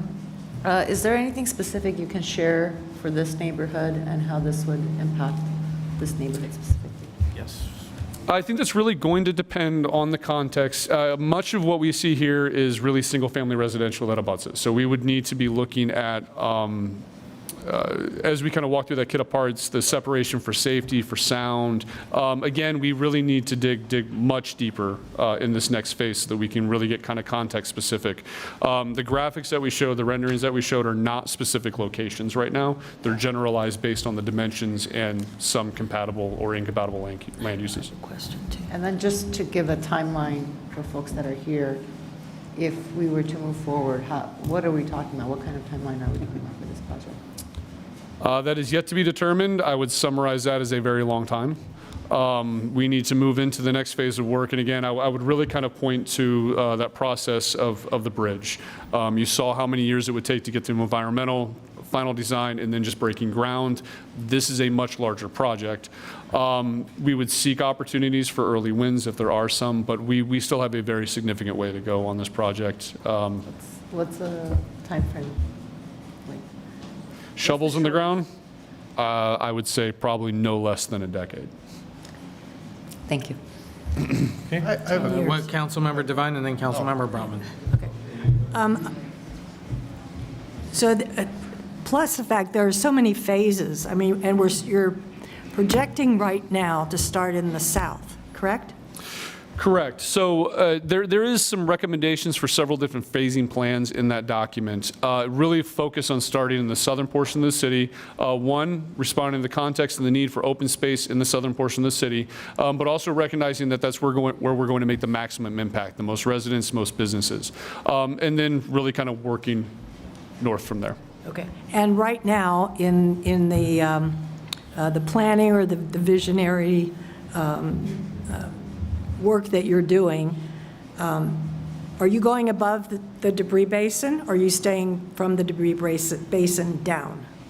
That will need to be studied as we move forward, how far the actual plan can go. Council direction from the last meeting was to consider the entire length of the wash from a study perspective. Okay, all right. But that would take even longer. And you mentioned, and this is another question, the study, there was a $600,000 budget amount talked about for the study in the north of the basin. Am I correct? Was there a? The initial study was $440,000. That's what we spent on this initial phase of work. Okay. There is additional analysis that needs to be done on the northern segments that we did not complete in this phase because there are greater challenges. I'm not sure what the exact dollar amount may be on that, though, that additional work. Okay. But I thought that you mentioned that if we did the study for above the basin, that we would save a certain amount of money by putting that into the project now. Yes, my apologies, I misunderstood your question there. Yes, there are savings in this to understand now rather than going through all the different phases for all the other segments and then trying to come back and add that on later on. We did estimate that to be somewhere around $600,000 to $800,000. Okay. But that does not mean necessarily that it's going to continue above. That does not mean, right, that we are definitely going from the basin northward. Correct. We will have continuous and regular touch-in and check-in points with the city council, and as well as enhanced public engagement as we move forward with the project. And that will be up to council's direction on which segments they would like to move forward with, and in which kind of manner, if you will. Okay, thank you. All right, Councilmember Brotman. Yeah, you talked about the soft bottom issue and groundwater, groundwater infiltration. I mean, after all these rains, we've been reading a lot of articles about how we have to make our cities more like sponges, right, to capture the water so it doesn't run off into the Pacific Ocean. Mm-hmm. So what are some of the things we can do, and should we be thinking harder about how we can take advantage of this to keep more of the water that flows through the wash in Glendale? So yes, there's going to be several elements to that in the next phase. There was some early consideration. As you're aware, that the floor of the wash is actually below the water table today, so being able to kind of recharge that water table is a little bit of a challenge, but it doesn't mean that we can't design a solution for that when we go forward. So as part of that next phase of work, we really want to look at how we can capture that, recharge the water table, but also identify locations along the wash that may have some similar environmental performance as, say, the basin, the ability to store water, to capture water, filter, and treat water. So we do know there's a number of places along the wash that can do that. As we move into that next phase, we're going to dig deeper into that to understand those benefits. Okay, that's good, because I think we all know that we're going to be challenged in the future, and we need to be able to rely more and more on local supplies of water and probably less on MWD and the water we can import from the two big river systems. So that's good. Okay. Any other comments or questions from my colleagues? If not, I'm going to call up everyone. You'll have 3 minutes. We've generally been trying to keep, everyone's been at 3 minutes. Where's Mr. Ajemian? Where is he? So we're allowing folks 3 minutes for the public comment or the comments for this, right? And I just want to remind folks, we're going to have differing views here, because looking at the names and the cards, I can kind of sense where everyone is going to land on this and what questions you may have. Just want to ask folks, please, please, please be respectful of each other. Clap if you must, I suppose, but again, just be respectful and be respectful of everyone's time. So first speaker, Mr. Jordan Henry.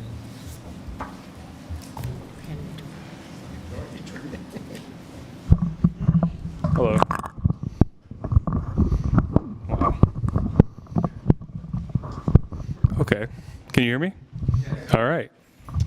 Hi, my name is Jordan Henry. I have a master's in landscape architecture. I work for the City of Los Angeles Bureau of Street Services as a landscape architectural associate. I am nearly a licensed landscape architect. I look at these plans and it deeply concerns me. I do not think this is feasible. And if I had to stake my professional opinion on this, I would gladly repeat that over and over again. We have talked a lot about local context tonight. And the local context of the Verdugo wash is purely functional. We need to move as much water as quickly as possible through the majority, if not the entirety, of the Verdugo wash. If we're to build structures on this, it will drastically increase the turbidity, that's a technical term, the turbidity of the water, reducing the velocity, thus raising the level, causing a lot of potential flood conflict to occur. And Mr. Calvert repeatedly mentioned single-family homes adjacent to the wash, residents of which were not consulted. So if we're also in the planning process initially, so if we're talking about engagement, the due diligence was insufficiently done to communicate with those members of the community, many of which own properties that actually extend into the physical wash itself and have easements, legal easements that specifically and only dedicate to floodplain control, flood mitigation control in these areas. Dozens of properties. That is either going to become multiple lawsuits, class action lawsuit, you name it. But the liability is not in the city's interest. It's not in the public's interest. The last thing that I really want to stress again is that, you know, we're talking about connectivity and mobility, but connectivity to what? Mobility from what? And again, these are single-family residential neighborhoods immediately adjacent, and you're connecting Los Angeles through Glendale to Los Angeles. And we've heard Dan Brotman tonight, Councilmember Dan Brotman, talk about how the police, and he's back in the blue tonight. It's incredible. He's saying we need to protect Glendale from the influences of Los Angeles. Who does not agree with that? There might be a minority in here, and I respect your opinion, but the majority of us do not want to connect Los Angeles, increase mobility from Los Angeles, and resulting in crime increase. Mr. Henry, you're 3 minutes up. Thank you so much. God bless you all. Jordan Henry, thank you.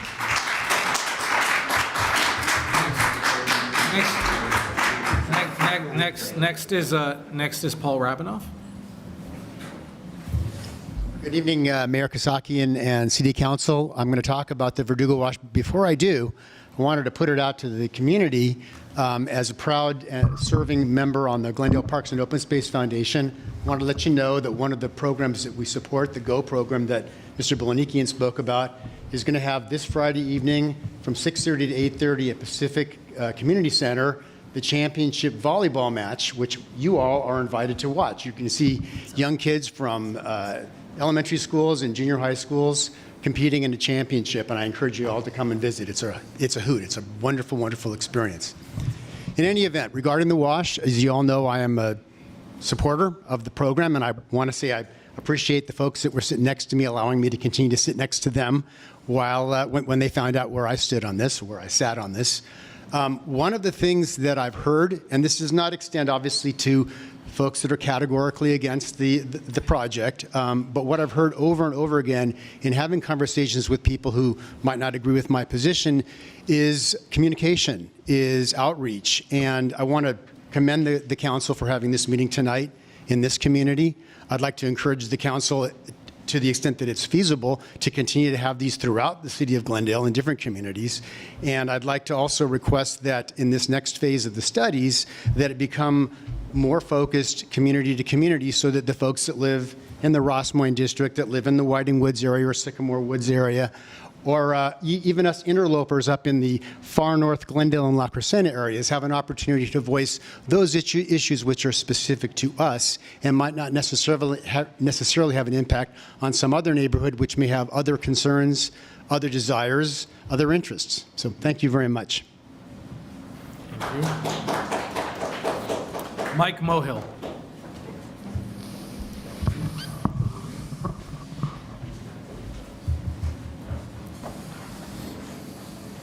I'm a little bit short. There you go. You good? Yeah. Good evening, council members. My name is Mike Mohill. Many of the people in this room know I do not live in this area. I am not affected by this area. I live in Glen Oaks Canyon. But I respect the people who live along the wash. Because, you know, when you all ran for city council, you said you were going to do what? Listen to the residents. Not the bike riders, but the residents. The bike riders are a minority in this room. Now let's talk about running water. Mr. What's his name, my friend? Jordan Henry mentioned about water. I'll bring it up right now tonight. I remember sitting in a council chamber, former city councilman Dave Weaver, an engineer. One of the things he said is, you do not put roadblocks in front of water. Do not put roadblocks in front of water. So every time you put something in that wash basin, you're putting a roadblock. And that's going to create a dam. Dam upstream constantly. So if you live up in the Whiting Woods area, God forbid, you're going to have a flood in your neighborhood possibly. Now, people do not want this in their backyard because, for example, the wash will bring crime to the area, graffiti, noise, homeless encampments. Property values will drop. Again, property values will drop. But none of you people in this room have property along this area. So if you lived along this river walk area, would you be voting on this, or will you recuse yourself like Councilman Najarian? Okay? Let's see. People are for road, the people who are here for they're the ones who are talking about road diets all the time for bikes and pedestrian. You know, you're already screwing up the streets of La Cañada right now and Brand with these road diets for the bicycle riders. We don't need any more bicycle riders in this room. They've given you people thousands of dollars in campaign money, and they campaign for you. Well, the people in this room, there's more of them, and I hope they campaign against you when you decide to run again for any political office, because there's more of them than the bike riders. Thank you.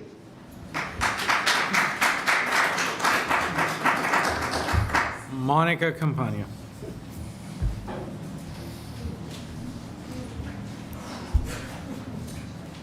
Okay, well, I live right here. I live like a few blocks down from here. And I couldn't be more excited for this project. I have to tell you, I frequent Riverwalk because my house is just a couple blocks from there. And the idea of having a continuation of Riverwalk into into downtown Glendale is really exciting. I have a son, he's 14, he bike rides, he comes over here and plays basketball. He's probably out there right now. It's used by, kids and families around here. So I'm not from Whiting Woods. I don't live way up in the northern part of this project. So I'm just going to speak to this part of the project. And we know that there is a severe lack of real estate to build park space in South Glendale. And we've all been talking about that. I cherish the idea of expanding park space in downtown and South Glendale too. And this is a way to do that we already own this land. And I trust that if a project went through all the hoops to get approved, they're not going to allow something that would allow flooding. I mean, the whole thing is being created to allow water to continue to flow.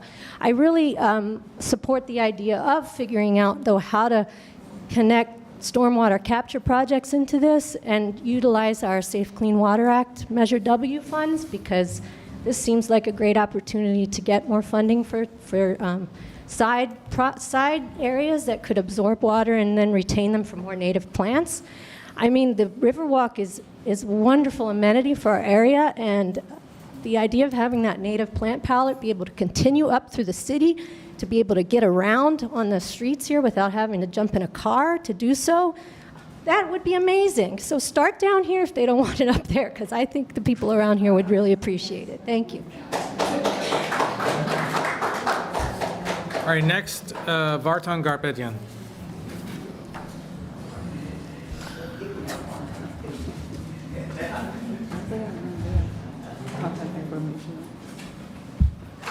Mr. Mayor, members of the City Council, good evening. My name is Vartan Garpetian, longtime resident of Glendale, former mayor. After listening to the report about the bridge, I threw all of my notes away and I wrote something new here. Public hearings were not very efficient. We were not presented. And all of you know that. Most importantly, they said the most important thing is the lighting, the safety, and this, that. The most important thing is that we don't want this in our neighborhood.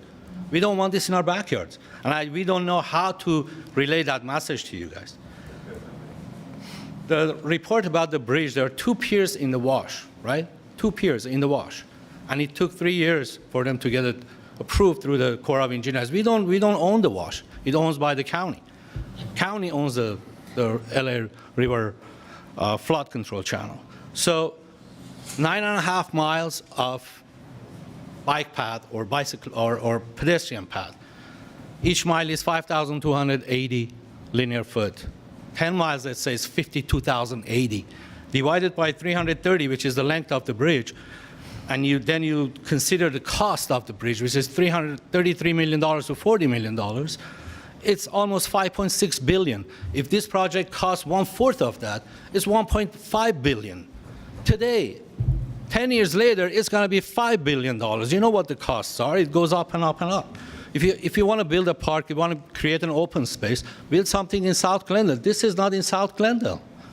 This project is not in South Glendale. How a kid is going to get to this wash from South Glendale with his parent or her parent? They're going to drive up and get into the wash and drive around and get in their car and go back? That defeats the purpose. You want to build open space, build the parks that we need in South Glendale. Build the athletic fields, multi-purpose athletic fields that were approved in the past and they were put aside because they said it's a plastic turf or what have you. Build those fields so the kids can have a place to go out and play in their neighborhoods. Both these projects were 4 athletic fields. It was approved. It was in South Glendale, and both of them are just parked right now. Nothing is happening to it because they say, oh, it's a heat island effect and plastic turfs. You are building a raised platform into the wash. Am I correct? This is a raised platform, 9.5 miles. You have to anchor it either to the bottom of the wash with piers or to the sides. The sides of the wash, they are like retaining walls that are holding up the dirt behind it. And there are single-family homes right up against it. This is not something that, I know that the photos, most of them are like the parking lot that's flooded and they built a bridge over it. It's not in residential neighborhoods. None of these photos are from residential neighborhoods.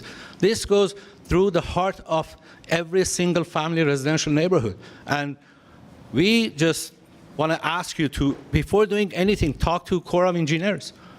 Let's talk to them. Let's have a meeting. We want to be there. We bring our experts to ask the tough questions as to how are you going to anchor this platform, 9.5 miles long platform, into the wash. Mr. Garpetian, your 3 minutes is up. Thank you so much. Thank you. Thank you.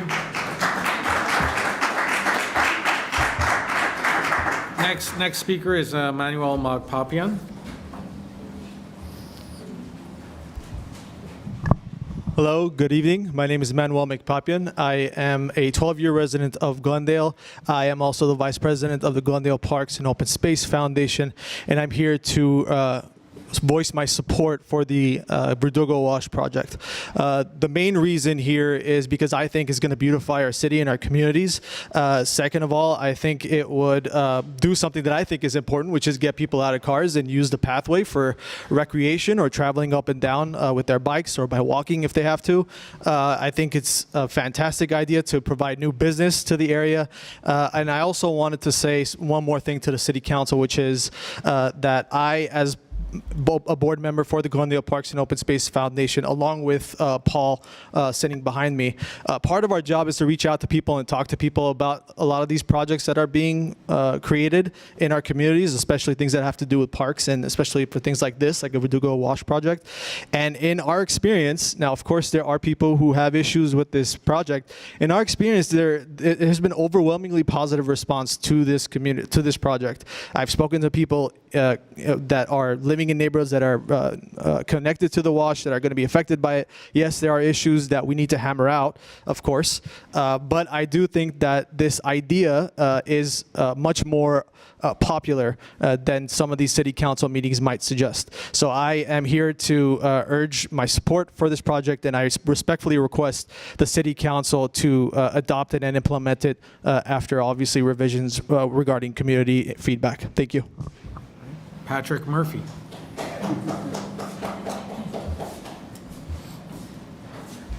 Good evening, Mr. Mayor and council members. My name is Patrick Murphy, and I'm speaking on behalf of the Verdugo Wash Neighborhoods Coalition and SaveTheWash.com, representing approximately 700 residents, property owners, and concerned citizens, and we are continuing to grow.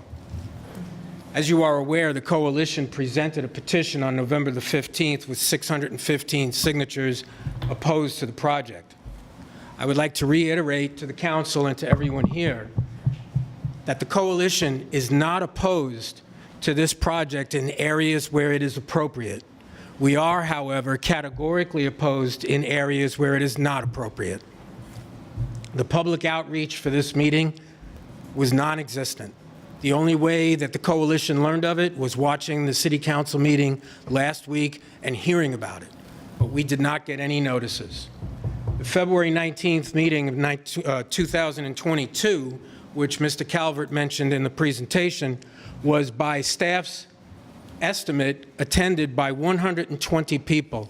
The city of Glendale has 196,000 people, and there are thousands of those people that live along the wash.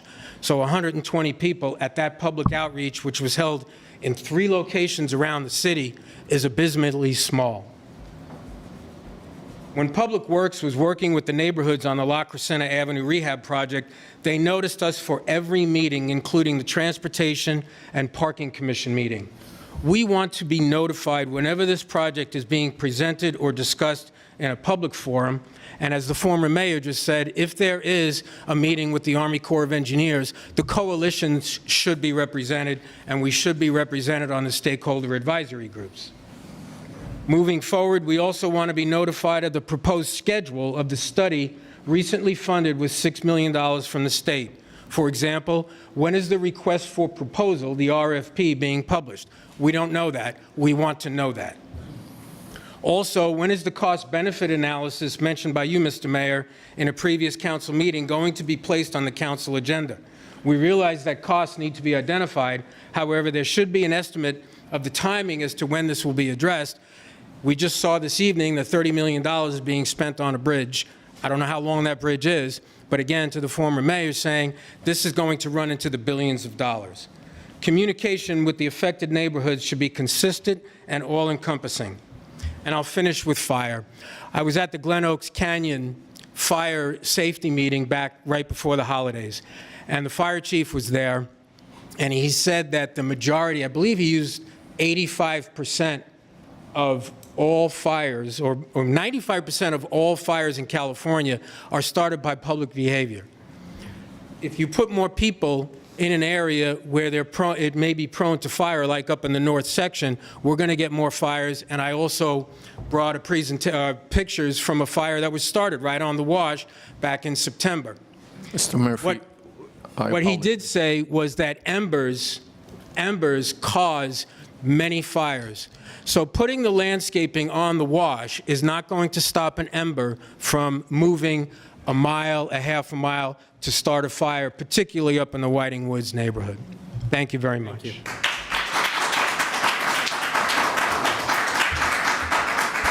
All right.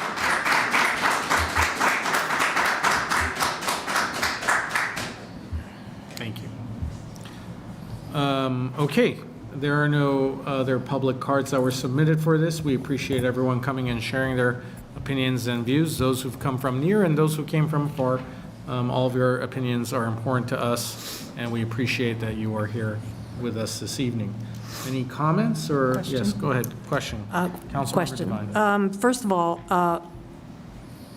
will the issue of liability be studied in this visionary study that we're doing now? As part of the next phase of work, we'll be looking at this from all angles, including liability, cost, benefit. We heard that mentioned earlier. That is all going to be incorporated in this study and understand the impacts and the consequences of anything that's being proposed. And the velocity of the water and the turbidity and all of that is going to be studied? Most of that has already been examined. We have a hydrology team as part of this initial phase. What I would liken what you've seen thus far is essentially a glass of water and how much ice can we put in it. What you see right now is the maximum amount of ice we can put in that glass of water, and that has measured the speed, the flow, the height. It's looked at various different rain conditions, droughts, torrential rains, and what it could withstand. That will continue to advance as we move on the next phases. Okay, so I agree with, should I make my comment? I'll make a couple of comments now. I agree with Paul's suggestion, and I've always said this, that we need more communication. We definitely, if and when we get deeper into this project, that we meet with each and every neighborhood that is impacted. We cannot just do this in a big picture kind of way. We have to go to each neighborhood. As far as the north, above the basin, I think that's where we're getting the most opposition, and I think that we're the South too, yes, right. Yeah, well, tonight we're hearing, okay, well, each neighborhood has to be heard, and the impacts have to be explained, mitigated, et cetera, and everybody must be heard. Every comment has to be heard. And I think we're beginning to see more than just the Bicycle Coalition. You know, that's what we saw in the beginning, and I think we're seeing more of those that are not with the Bicycle Coalition, and I think it's time for us to take notice. You know, this could end up being a ballot measure as far as I'm seeing. That, you know, I don't know that we have do we have a true concept of what percentage of our residents want this and what percentage don't want this? Because what we have to do is what most of the residents want at this time. And I don't know how, I know we do straw polls, we do these internet polls, but I don't know how much we can rely on those. And we have to do what I want to do.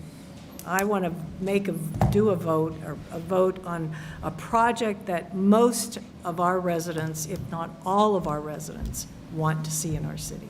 And if it's not this, then we should look at what happened to, and I keep bringing this up, Space 134.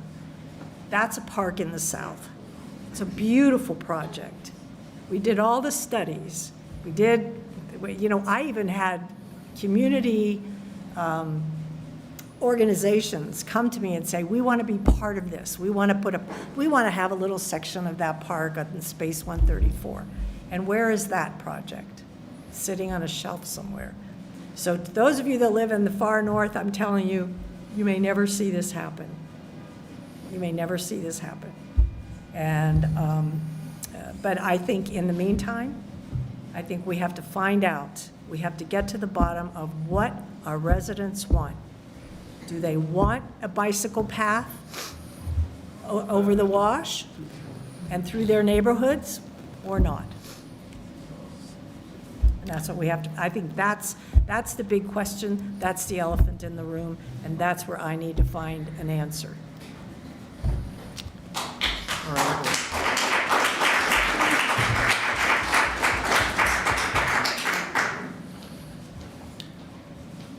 All right. So, you know, yes, Councilmember Asatryan, go ahead. Mr. Calvert, are there, or is there a place that people can sign up to receive notifications? Yes, council member, as part of the website, you can sign up, you can subscribe to that for updates. What I would say about notification, this is a standard city council meeting that was issued or noticed in a standard manner. It was also a repeat of the last presentation that we did, so no, we did not send out a notification for this specific meeting. So had this been a meeting specifically for the Verdugo wash, would people that have signed up on that email or on that website and added their email, would they have received notice? If we were coming here for a specific neighborhood meeting regarding this, correct, yes, we would. And there will be more of those as we move forward over the coming months as we develop our RFP. Do we know how many people are signed up on that list? I know. I would have to verify. Can we get that? Yep. Okay, thank you. All right, well, let me just, any other comments? Okay. I think that it's important that people hear about things that are happening with their city council, with the funds, with the public funds. So I think that it's a general net positive that we had this discussion tonight, even though some of you may be hearing it for the umpteenth time. And I think the more times people hear about it, the more awareness there is about what is going to happen, and they can express their views one way or another. I've expressed my opinion on this. I think that, you know, in talking to folks in the downtown, there was a lot of excitement about Space 134 somehow capping the freeway like they have in La Cañada over the 210 and created a park on top of it, but the cost of it would be exorbitant, running into, back then, if I recall correctly, over $500 million. that was projected or close to it. Perhaps it was maybe 250 million, but it was definitely, as time goes by, and a few of you have said so much that the costs are going to go up in the future. Then there's also the possibility of either capping or doing something with the wash that cuts through the downtown. And, it may not be everyone's preference, and there may be considerations in terms of what easements are and what agreements and what the Army Corps of Engineers envisions. But that is the whole purpose of having a study done to see if anything can be done with it. Because I'll tell you, for every complaint that there is about what potentially can happen, there are also complaints about what's currently happening, right? We just had discussion, or we had one individual talk to us about these pesky ankle-biting mosquitoes. Well, ankle-biting mosquitoes breed in like these areas where there's very slow-moving, stagnant pools of water, which there is most of the year when it's not the rain season and that wash is not full. And I've had folks that live along the wash saying, well, could the city do something to put something over that so we don't have to deal with the mosquitoes? I've had those discussions as well. I think ultimately, we can have various ideas discussed. As it was said by others, where it's appropriate, it's something that should be studied. I don't think it should go higher than Glendale Community College. I've said that publicly. I don't think it necessarily works in the areas where the wash narrows out. And, I think we can agree to disagree on that with some of the folks who think it should go all the way from wherever to wherever. But it is something worth exploring. Ultimately, to move forward with it, we need to know for me, I need to know what the costs are. Because if it's going to cost a certain amount, it could be the greatest thing in the world. If we can't support and financially pay for it and maintain it and keep it safe, it's not worth pursuing, and then we redirect our resources elsewhere. So I hope that clarifies where I am on this issue. With that, let's move on to and again, thank you to everyone who came and spoke. We appreciate your opinions. Let's move on to the next item. Yes, Mr. Mayor, members of City Council, the last item on the agenda is the housing element that's been top of mind for this council as well as our community. And the draft of the element, the council adopted just before the end of the last year. And with that, I'll turn it over to Mr. Calvert again for a brief presentation. And I know folks can see this, but Councilmember Najarian is rejoining us. Take your time. Take your time. Just a few comments. It's not much. It's like a minute comments.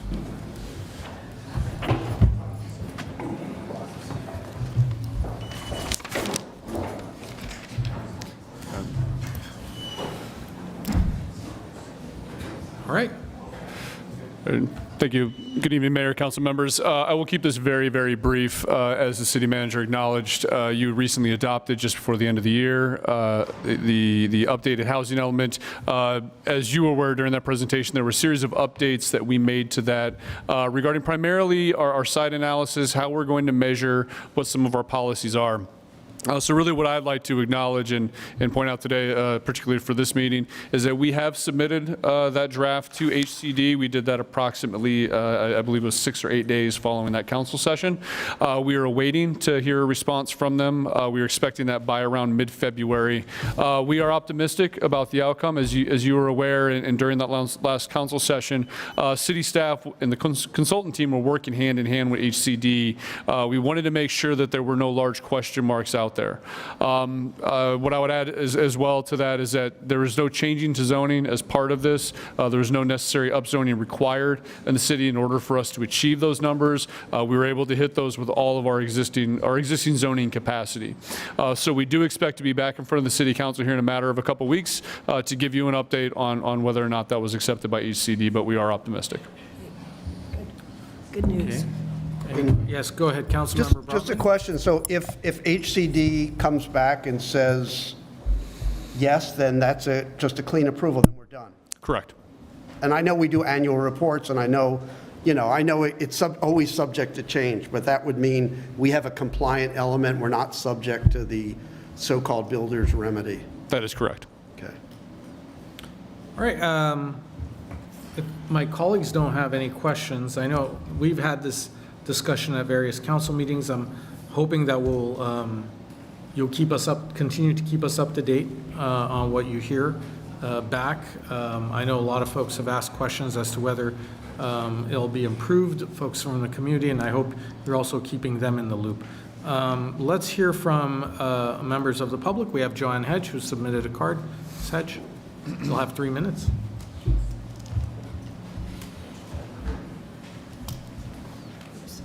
Thank you. Is this on? Is it working? I keep doing that. The mic drop.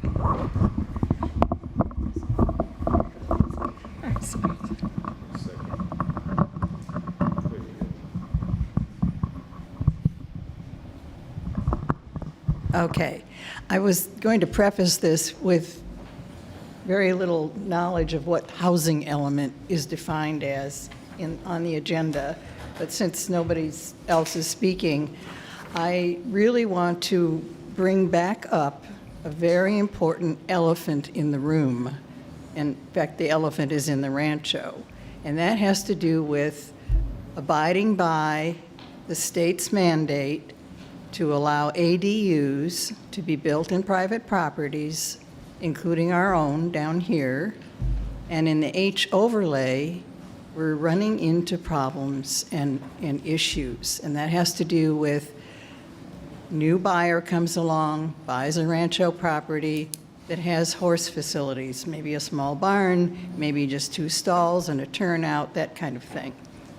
He demolishes them because he wants to have an ADU. Now, these ADUs that are coming up a lot aren't necessarily affordable, and we all know that. Some of them are being built for income, not because they're affordable for grandma or the student or whatever. Our city attorney has kind of turned the faucet off on this whole concept, but I think there must be a way to carve out our ability to embrace the ADU concept according to, city guidelines and design and all that sort of thing and permits, and maintain the horse facilities. There has to be a way.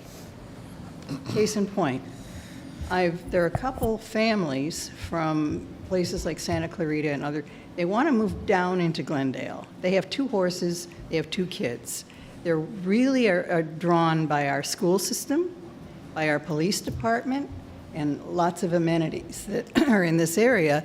But they don't want to start shopping and looking for a house where they're going to have to rebuild horse facilities to bring their horses in and live there and have their kids grow up in this atmosphere because they were torn down by the prior owner.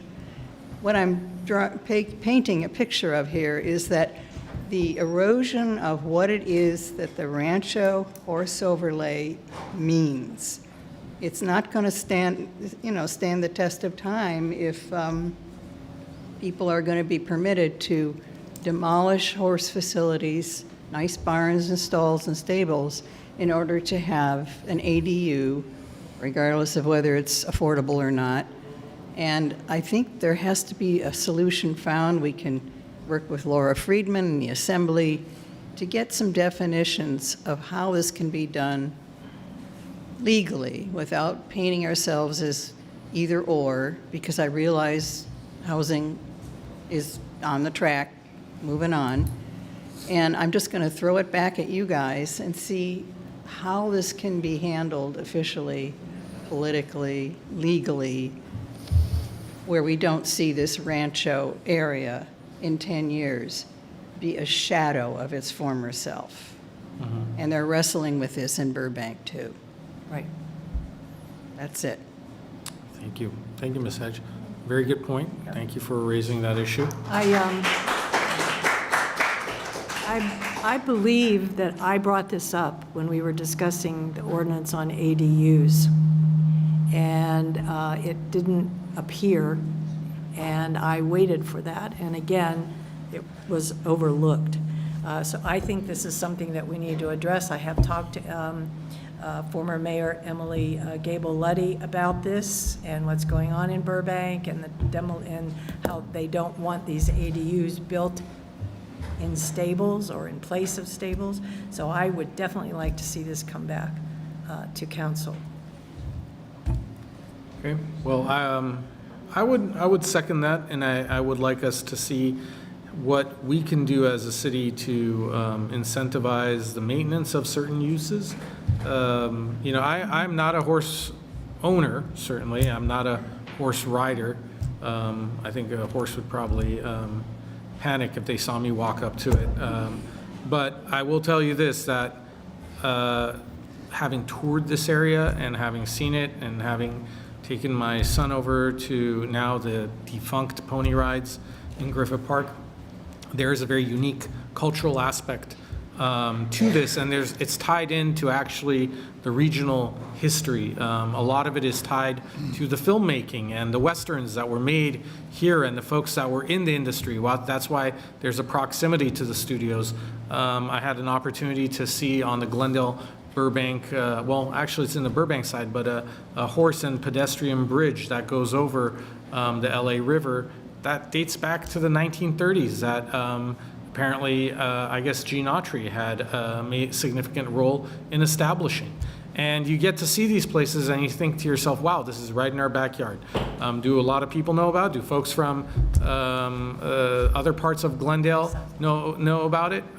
South, north, east, west, wherever. But I don't know if they do unless they have an opportunity to be exposed to it, to interact with the folks, to see this kind of unique use that exists. Again, some of these homes are absolutely beautiful if you get to see inside of them, and hopefully there may be an opportunity in the future to showcase them. I know that there's historical home tours, et cetera. So I would be interested. I did ask, and obviously the Mills Act would not apply to folks who want to benefit from being able to maintain their properties as such, unless there's some specific area that agrees with the criteria of the Mills Act. But I would be interested to see what we could do to incentivize folks to maintain these properties in their current use. So that's my long-winded way of saying I would second the study of that idea. Well, and if I can just add, you know, I don't know how many people have been over to this area, and when there are horseback riders going across the street, it's just such a special feeling that you get, you know, and there come these horseback riders on the streets, and it's just a real special place, special part of our city. All right, there was one more card submitted after the buzzer. Jordan Henry. Thank you, after the buzzer, for the game winner. Just kidding. So I'm Jordan, and I've talked a lot about housing issues when I had the opportunity to run for city council. And I'd like to address, I'm sorry, I forget your name, but I really sympathize with your concern regarding the ADU. And I'm sure all of you do too. However, the more systemic issue that we face locally in Glendale is the state overreach into our zoning policies, specifically regarding State Senate Bills 9 and 10. Now, the ADU problem is an issue. SB 9 is going to be a much more significant issue where they can develop multiple properties. You could even split a parcel, put some duplexes on there and put 2 units or one unit for each duplex. Technically, I could put 8 units on my property because I have enough room to do that. 8 units under SB 9. And ministerially, you would have to approve that. I mean, maybe you could hedge that in a little bit as a city, you know, put some bylaws in about where you can put an ADU on a detached unit versus a standing unit, the main unit. But you have no power over the state. We have conceded the power for our local zoning authority to the state. And this is a systemic problem. The state has created for years a systemic problem of underdevelopment due to over-restriction. And it's been very hard to build in California historically. And now they're trying to cover it up with this Band-Aid. And local city councils, God bless you all, you have no power anymore. So there were cities, I just want to inform you that there were cities, several cities in Southern California that actually joined together to sue the state. We cannot do it alone. It cannot happen alone. Many cities have failed trying to sue the state to cede this power back to ourselves. We need to join with other cities to do this because every neighborhood will suffer the quality of their neighborhood, that intangible quality. Gene Autry's history, riding horses, that will be history. We will not remember that. We're going to see 8-story, 50-unit multi-dwelling complexes with little garden strips that we're all forced into like rats in a cage. This is coming top down. Please join with other cities to sue the state.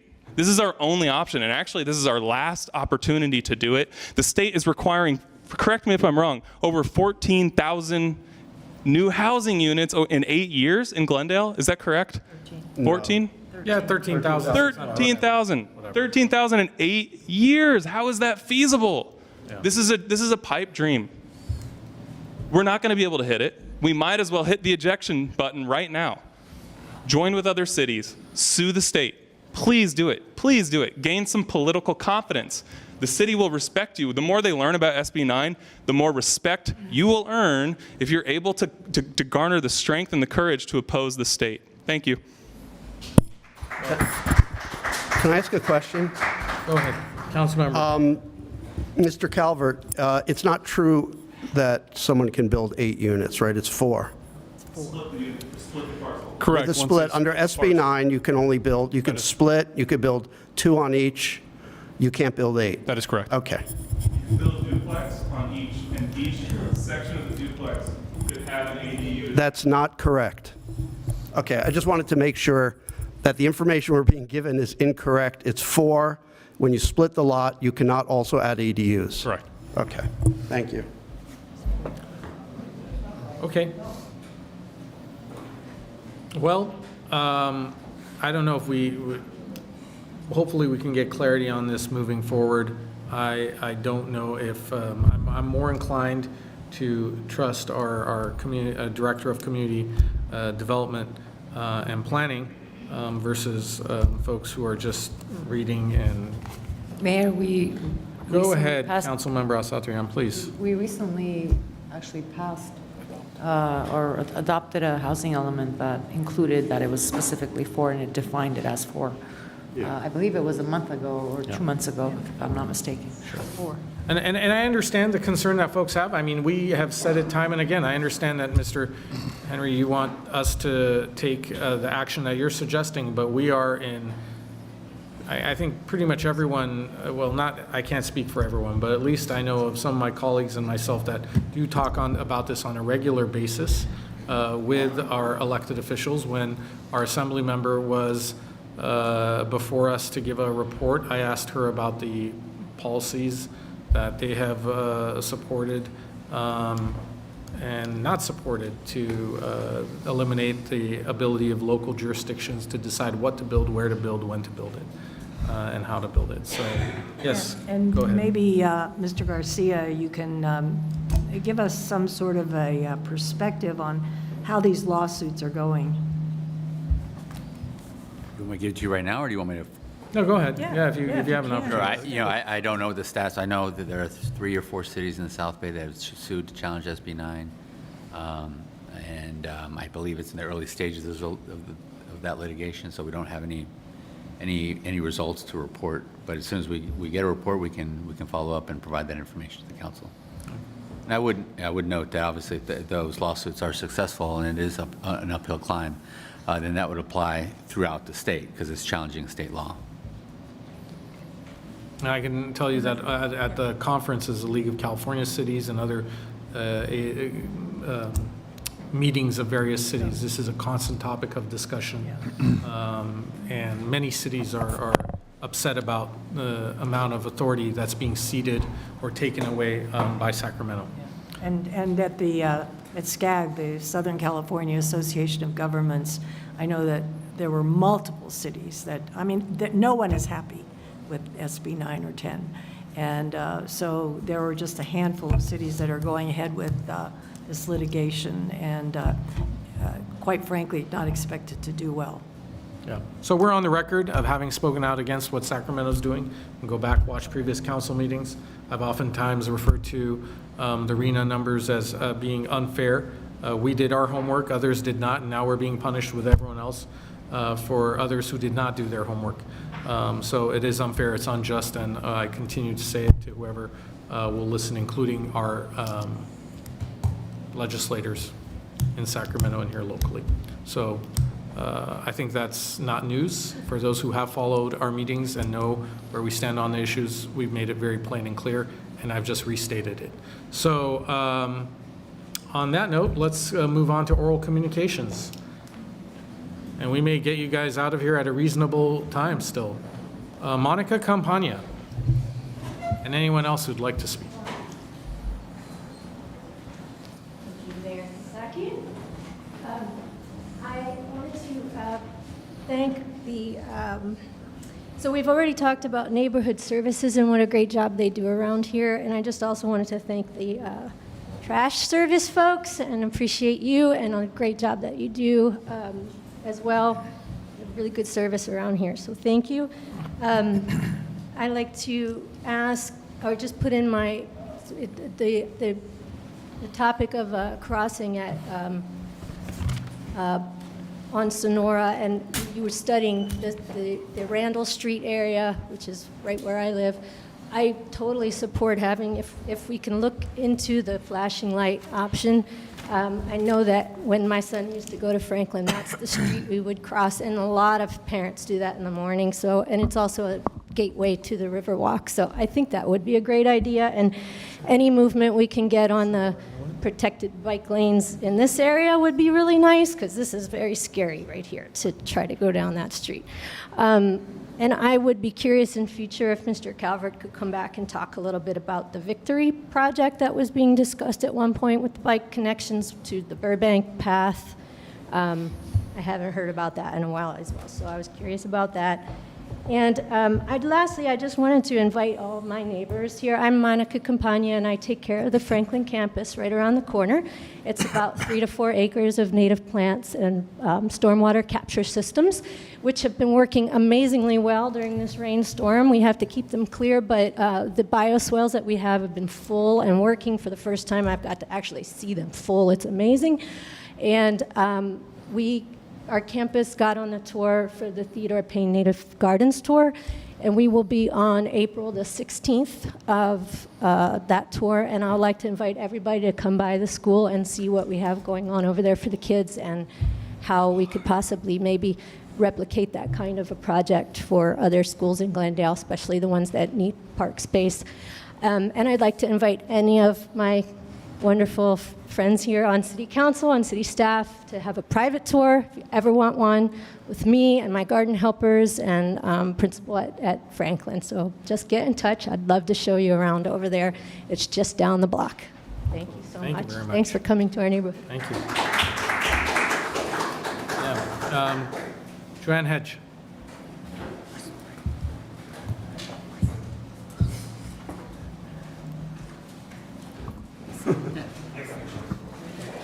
We got you, Joanne. Don't worry. No, it's all right.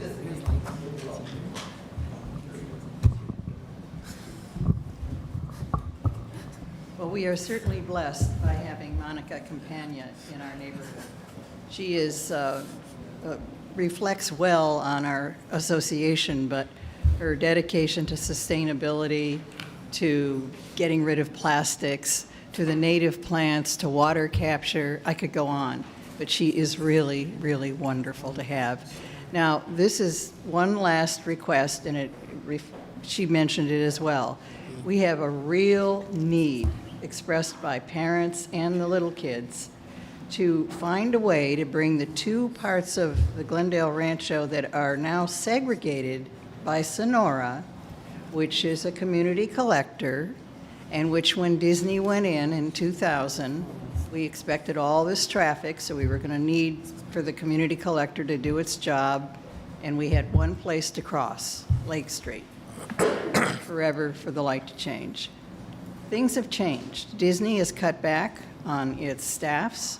A lot of them have moved to work in Florida. The rest are working remotely. You can drive through there in the middle of the day, and there's nowhere near the crowds of people out for lunch that there used to be. Something tells me it's time to put a crosswalk in at Randall across Sonora to bring those neighborhoods back together, where kids can play with each other, that they meet at Franklin, where the parents can walk their kids over and back safely in the morning. And 3 dads have really come to me and say, what can we do about this? And the best kind of crosswalk would not be with a signal.